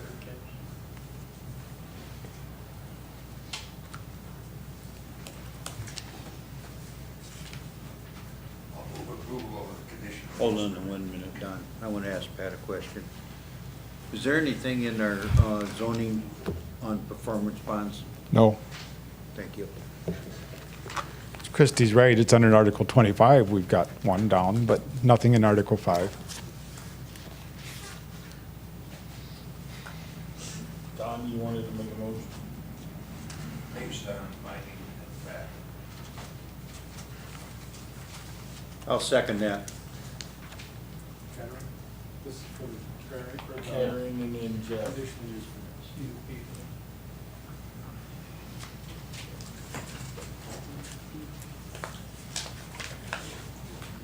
Okay, so for the conditional use permit, 2400 head Class C operation catering. Yes. Udall, Yes. Koenig, Yes. Metzinger, Yes. Williams, Yes. Becker, Yes. Goldenstedt, Yes. Welsh. Yes. The next item, Gotta do the it. applicant is requesting a variance minimum right-of-way setback requirement from 330 feet to 150 feet in the agriculture district in Yankton County. Said property is legally described as southeast one quarter except lot 2, Albertson's addition, section 14, township 94 north, range 55 west, and southwest one quarter except parcel A, northwest one quarter, southwest one quarter except lot 1, Albertson's addition, section 14, township 94 north, range 55 west, hereinafter referred to as Mission Hill North Township, County of Yankton, State of South Dakota, 911 address, 2B now 306th Street, Mission Hill, South Dakota. So, Is there any public comment on the proponents? No, we're just doing the variance. Never mind, we're doing the variance. We've done this. Yes. Okay, the variance. So the variance is for what purpose? The variance is for either improving the setback away from the residence, which Mr. Williams had talked about, but it's also for improving the ground for the tree growth is a big piece of this. So in the motion, I'd like us to discuss that 4-row tree belt and that we are looking for fabric when we do this variance. We need fabric down to make sure these weeds are not competing with these trees. So we're going to offer a variance, then I'd like to make sure that we're following up and having the shelter belt be as strong as we can have it. And I would suggest even that we suggest that Mr. Shank would search and see if he could find some 2 or 3 foot potted evergreens to put in there to increase at least one of those rows' growth potential. If we're offering this variance, if you do not want to do that, then all this is moot. Pat, does that create a pattern that we have to ask all producers then to get potted trees? I think the reason why I want to bring it up on this point is that we don't have to ask all producers if they don't ask for the 150-foot variance. But if they ask for the 180-foot variance, which is an option for him, the reason why we're doing it, one of the reasons is to have better ground to grow these trees in. So I think you have a very specific, site-specific request that cannot be repeated randomly everywhere else. There's several very site-specific things that we can put on our findings, that reason why we wanted to go that route, if you so choose. But I want us to know why that, from what we're seeing from the application, the applicant is doing the variance for improvement of the shelter belt growth and a little further away from the residents. So I would like to put a little in our conditions on that, saying, okay, let's take that and make sure we're going to plant a good shelter belt there. And that goes back to the potted trees? It could, yes. And I don't pretend to say that we can say, Mr. Schenk, you're going to plant potted trees, but I think we can certainly make a recommendation that says in one of those rows, if it's possible to find a reasonable source of those potted trees, it would be very good. It would meet the requirements that we're looking for. Now, is that too much? I don't know. Like he says, we can. Accomplish establish the same thing with cornrows around the perimeter until the trees are established too. Yep. And then we don't, I mean, I'm not necessarily, I just want to make sure that that tree belt is going to meet what we're giving the variance for. I would say that to be sure that you do not establish a rule, if you will, like Don pointed out, it might be something you have to compel other people to do. But if you phrase it, if the board's, the board finds that the applicant would be courteous, use language that's not compulsory. Okay. I think you said what you want to say. Help me out. I think what you want to say is, we'll grant the variance, if we do this, we grant the variance based on the applicant's plans to plant trees, and that. That would work. Like, we'll plant 4 rows of trees based on the applicant's description of what those 4 rows would be. Well, basically, based on the applicant's tree planting plan as described in the hearing. Right, I mean, I think that's enough to say that they have to have it. The variance Okay. is granted based on the planting of 4 rows of trees as laid out in, As he's offered to do. as his site plan indicated. Okay. Would that Okay, do so it? yep, and I can say based on statements from the applicant.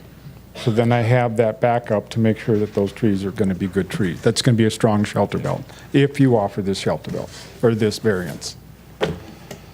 So, are you ready for Any further discussion? Motion? I'll make the motion. Mr. Chairman, I make a motion that we approve the variance based on the applicant's plans to plant 4 rows of trees on the north and west, Yep, and with planning, or based on statements that the applicant made. with With fabric. With fabric. Okay. Second. Roll call. Okay. So for the variance, based on performance on the shelter belt with the 4 rows, north and west side with the fabric for good growth, Bodenstedt, Yes. Kretzinger, Yes. Goodall, Yes. Koenig, Yes. Williams, Yes. Becker, Yes. Kettering, Yes. Welsh. Yes. Motion carried. That brings us to the 8:45 item on the agenda. Jay Cutts, applicant is requesting a conditional use permit to build a Class C 2,400 head, 960 unit animal unit, pork finisher, swine over 55 pounds, production barn in the agriculture district in Yankton County. The applicant is requesting a variance of minimum right-of-way setback requirement from 330 feet to 150 feet, and a minimum property line setback requirement from 660 feet to 75 feet in the agriculture district in Yankton County. Said property is legally described as southeast 1/4, section 19, township 94 north, range 54 west, hereinafter referred to as Vollen Township, county of Yankton, state of South Dakota. 911 address is to be announced, 307th Street, Mission Hill, South Dakota. Mr. Cutts, if you'd like to step forward and present your project. Just a clarification for me, Pat, is this a continuance of the last meeting? Yeah.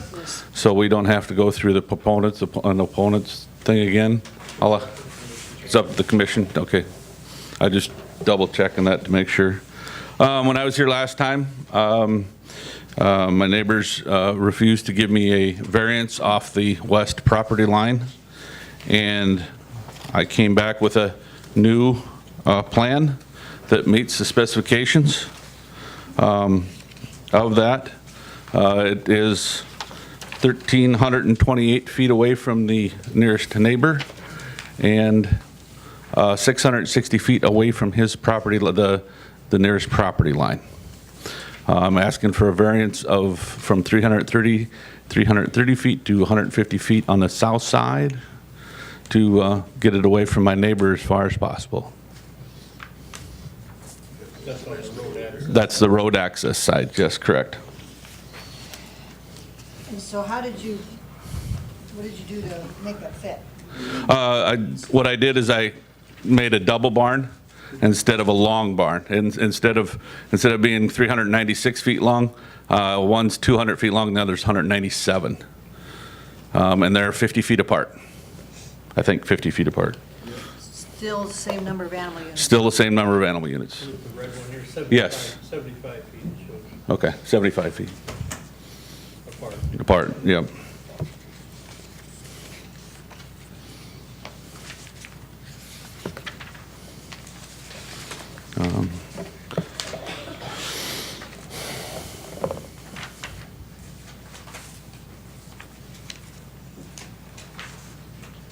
Are you planning on planting any trees around here, Dave? I probably will. Right now, I haven't looked into the soils that are going to be here.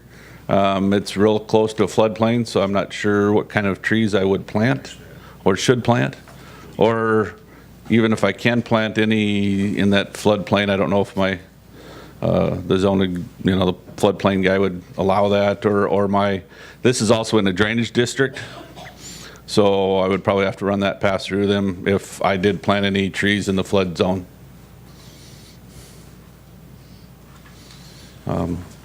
In my original plan, when I was asking for a 600 property line variance, I had planned to put trees on both the north and the east side of that. This, I'm not sure, it's lower, and I'm not sure what kind of trees I would plant in there to, that would grow properly. If I do, it'd be whatever the NRCS would recommend in that area. But it doesn't show a road on the map here. Is the road going to access onto the east or west side of the? It would go to the west side of the buildings.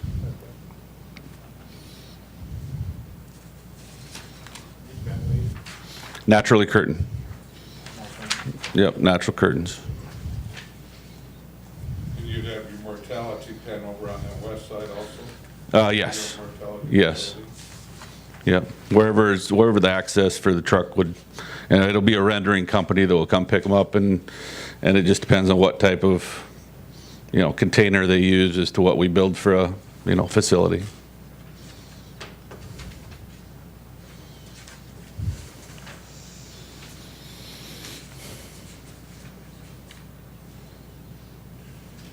I think you answered all my questions last time. Thank you. So this is a continuance from a month ago, and all the conditions and aspect of the barn and why it was there and who's gonna own it was addressed at that time, and the board continued to ask if he could meet his property setback because there was no waiver agreement from the adjoining property owner. So with that, it was a continuation on technical aspect. I would continue back to the board with no public discussion. I move that we approve it. Second.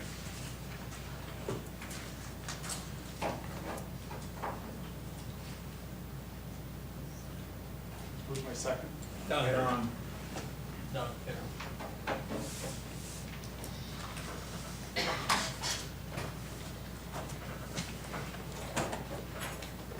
This is for the CUP? Yes. Yes. Okay, for the CUP, Kretzinger. Yep. Kettering. Don? Kettering, yes. yes or no? Rudolph. Yes. Koenig.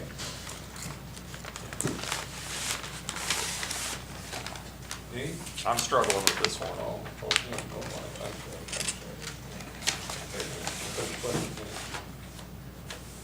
No. Williams.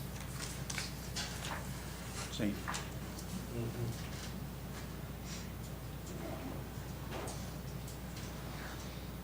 Yes. Becker. Yes.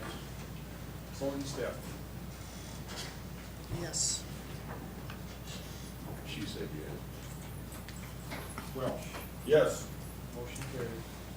The applicant is requesting a variance of minimum right-of-way setback requirement from 330 feet to 150 feet, and minimum property setback requirement from 666. No, that doesn't go anymore. No, that's from the first one. That was from the first applicant, so. So it says from 330 to 150 330 to 150 on the right of way. on the right-of-way setback.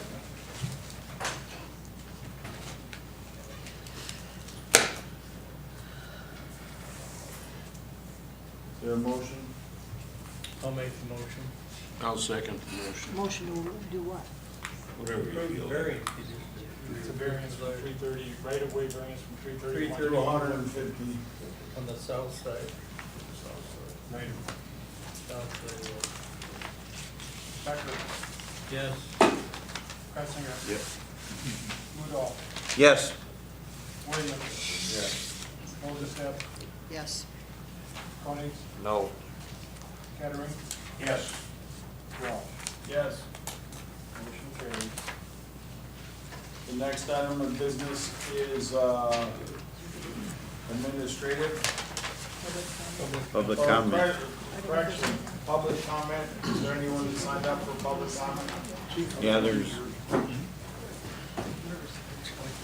Did you get the, I want to talk about accessory structures till at least midnight. Can you check the public comment? I'm going. conditioned upon there being no public comment, I make a motion to adjourn. Second. Wait a second, guys. I'm signed up for the public comment. Yeah. So the application changes and we're not allowed to talk on the application? It was actually a continuance. It was the same. It doesn't matter, the site plan changed. No. I made a decision. It was a continuance on the technical data had been resolved on the last time, so. But the whole application changed because the site plan changed. So as the president of the planning commission, whether right or wrong, I made the decision that we would have no public comment on it, and we moved it forward. Christie's on the list too. Christie's on the list for public comment. Christie. That's what we do tonight.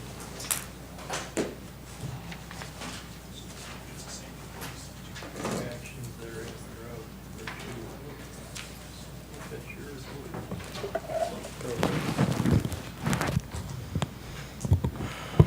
Christy Schultz.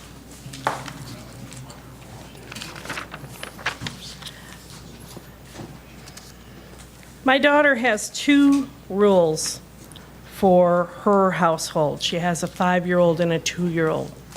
They're very simple rules. The first one is, are you being kind? The behavior here tonight is that you are not being kind. You are not thinking about how you would feel if your wife was immune compromised and this thing was 3 blocks away from your house. I think you really need to start thinking about how the neighbors are being affected. This is long-term damage to their property, to their very health and livelihood. She came up here last month and explained to you how much work she misses because she's immune compromised already, and that her doctors told her that this was going to affect her even more so by having a hog operation next to her. The second question, did you listen? You refused to listen. You refused to even grant us the courtesy of listening to us when we come up here and talk to you. I think it's ridiculous. I think it's shameful, and I think it's disrespectful. You make us wait here till 11:45 at night, and then you tell us that we're not allowed to speak on something that is going to vitally affect not only his family, but his family's health. That's ridiculous. That is so disrespectful and just unkind in every way possible. I believe that you are allowed to speak in the public comment period right now. It doesn't matter, you've already made your decision.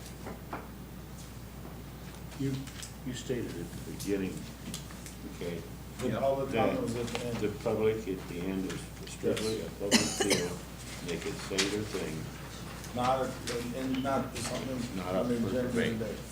All right, next item is the best item of the night. If there is a motion to adjourn. A lot needs a sign.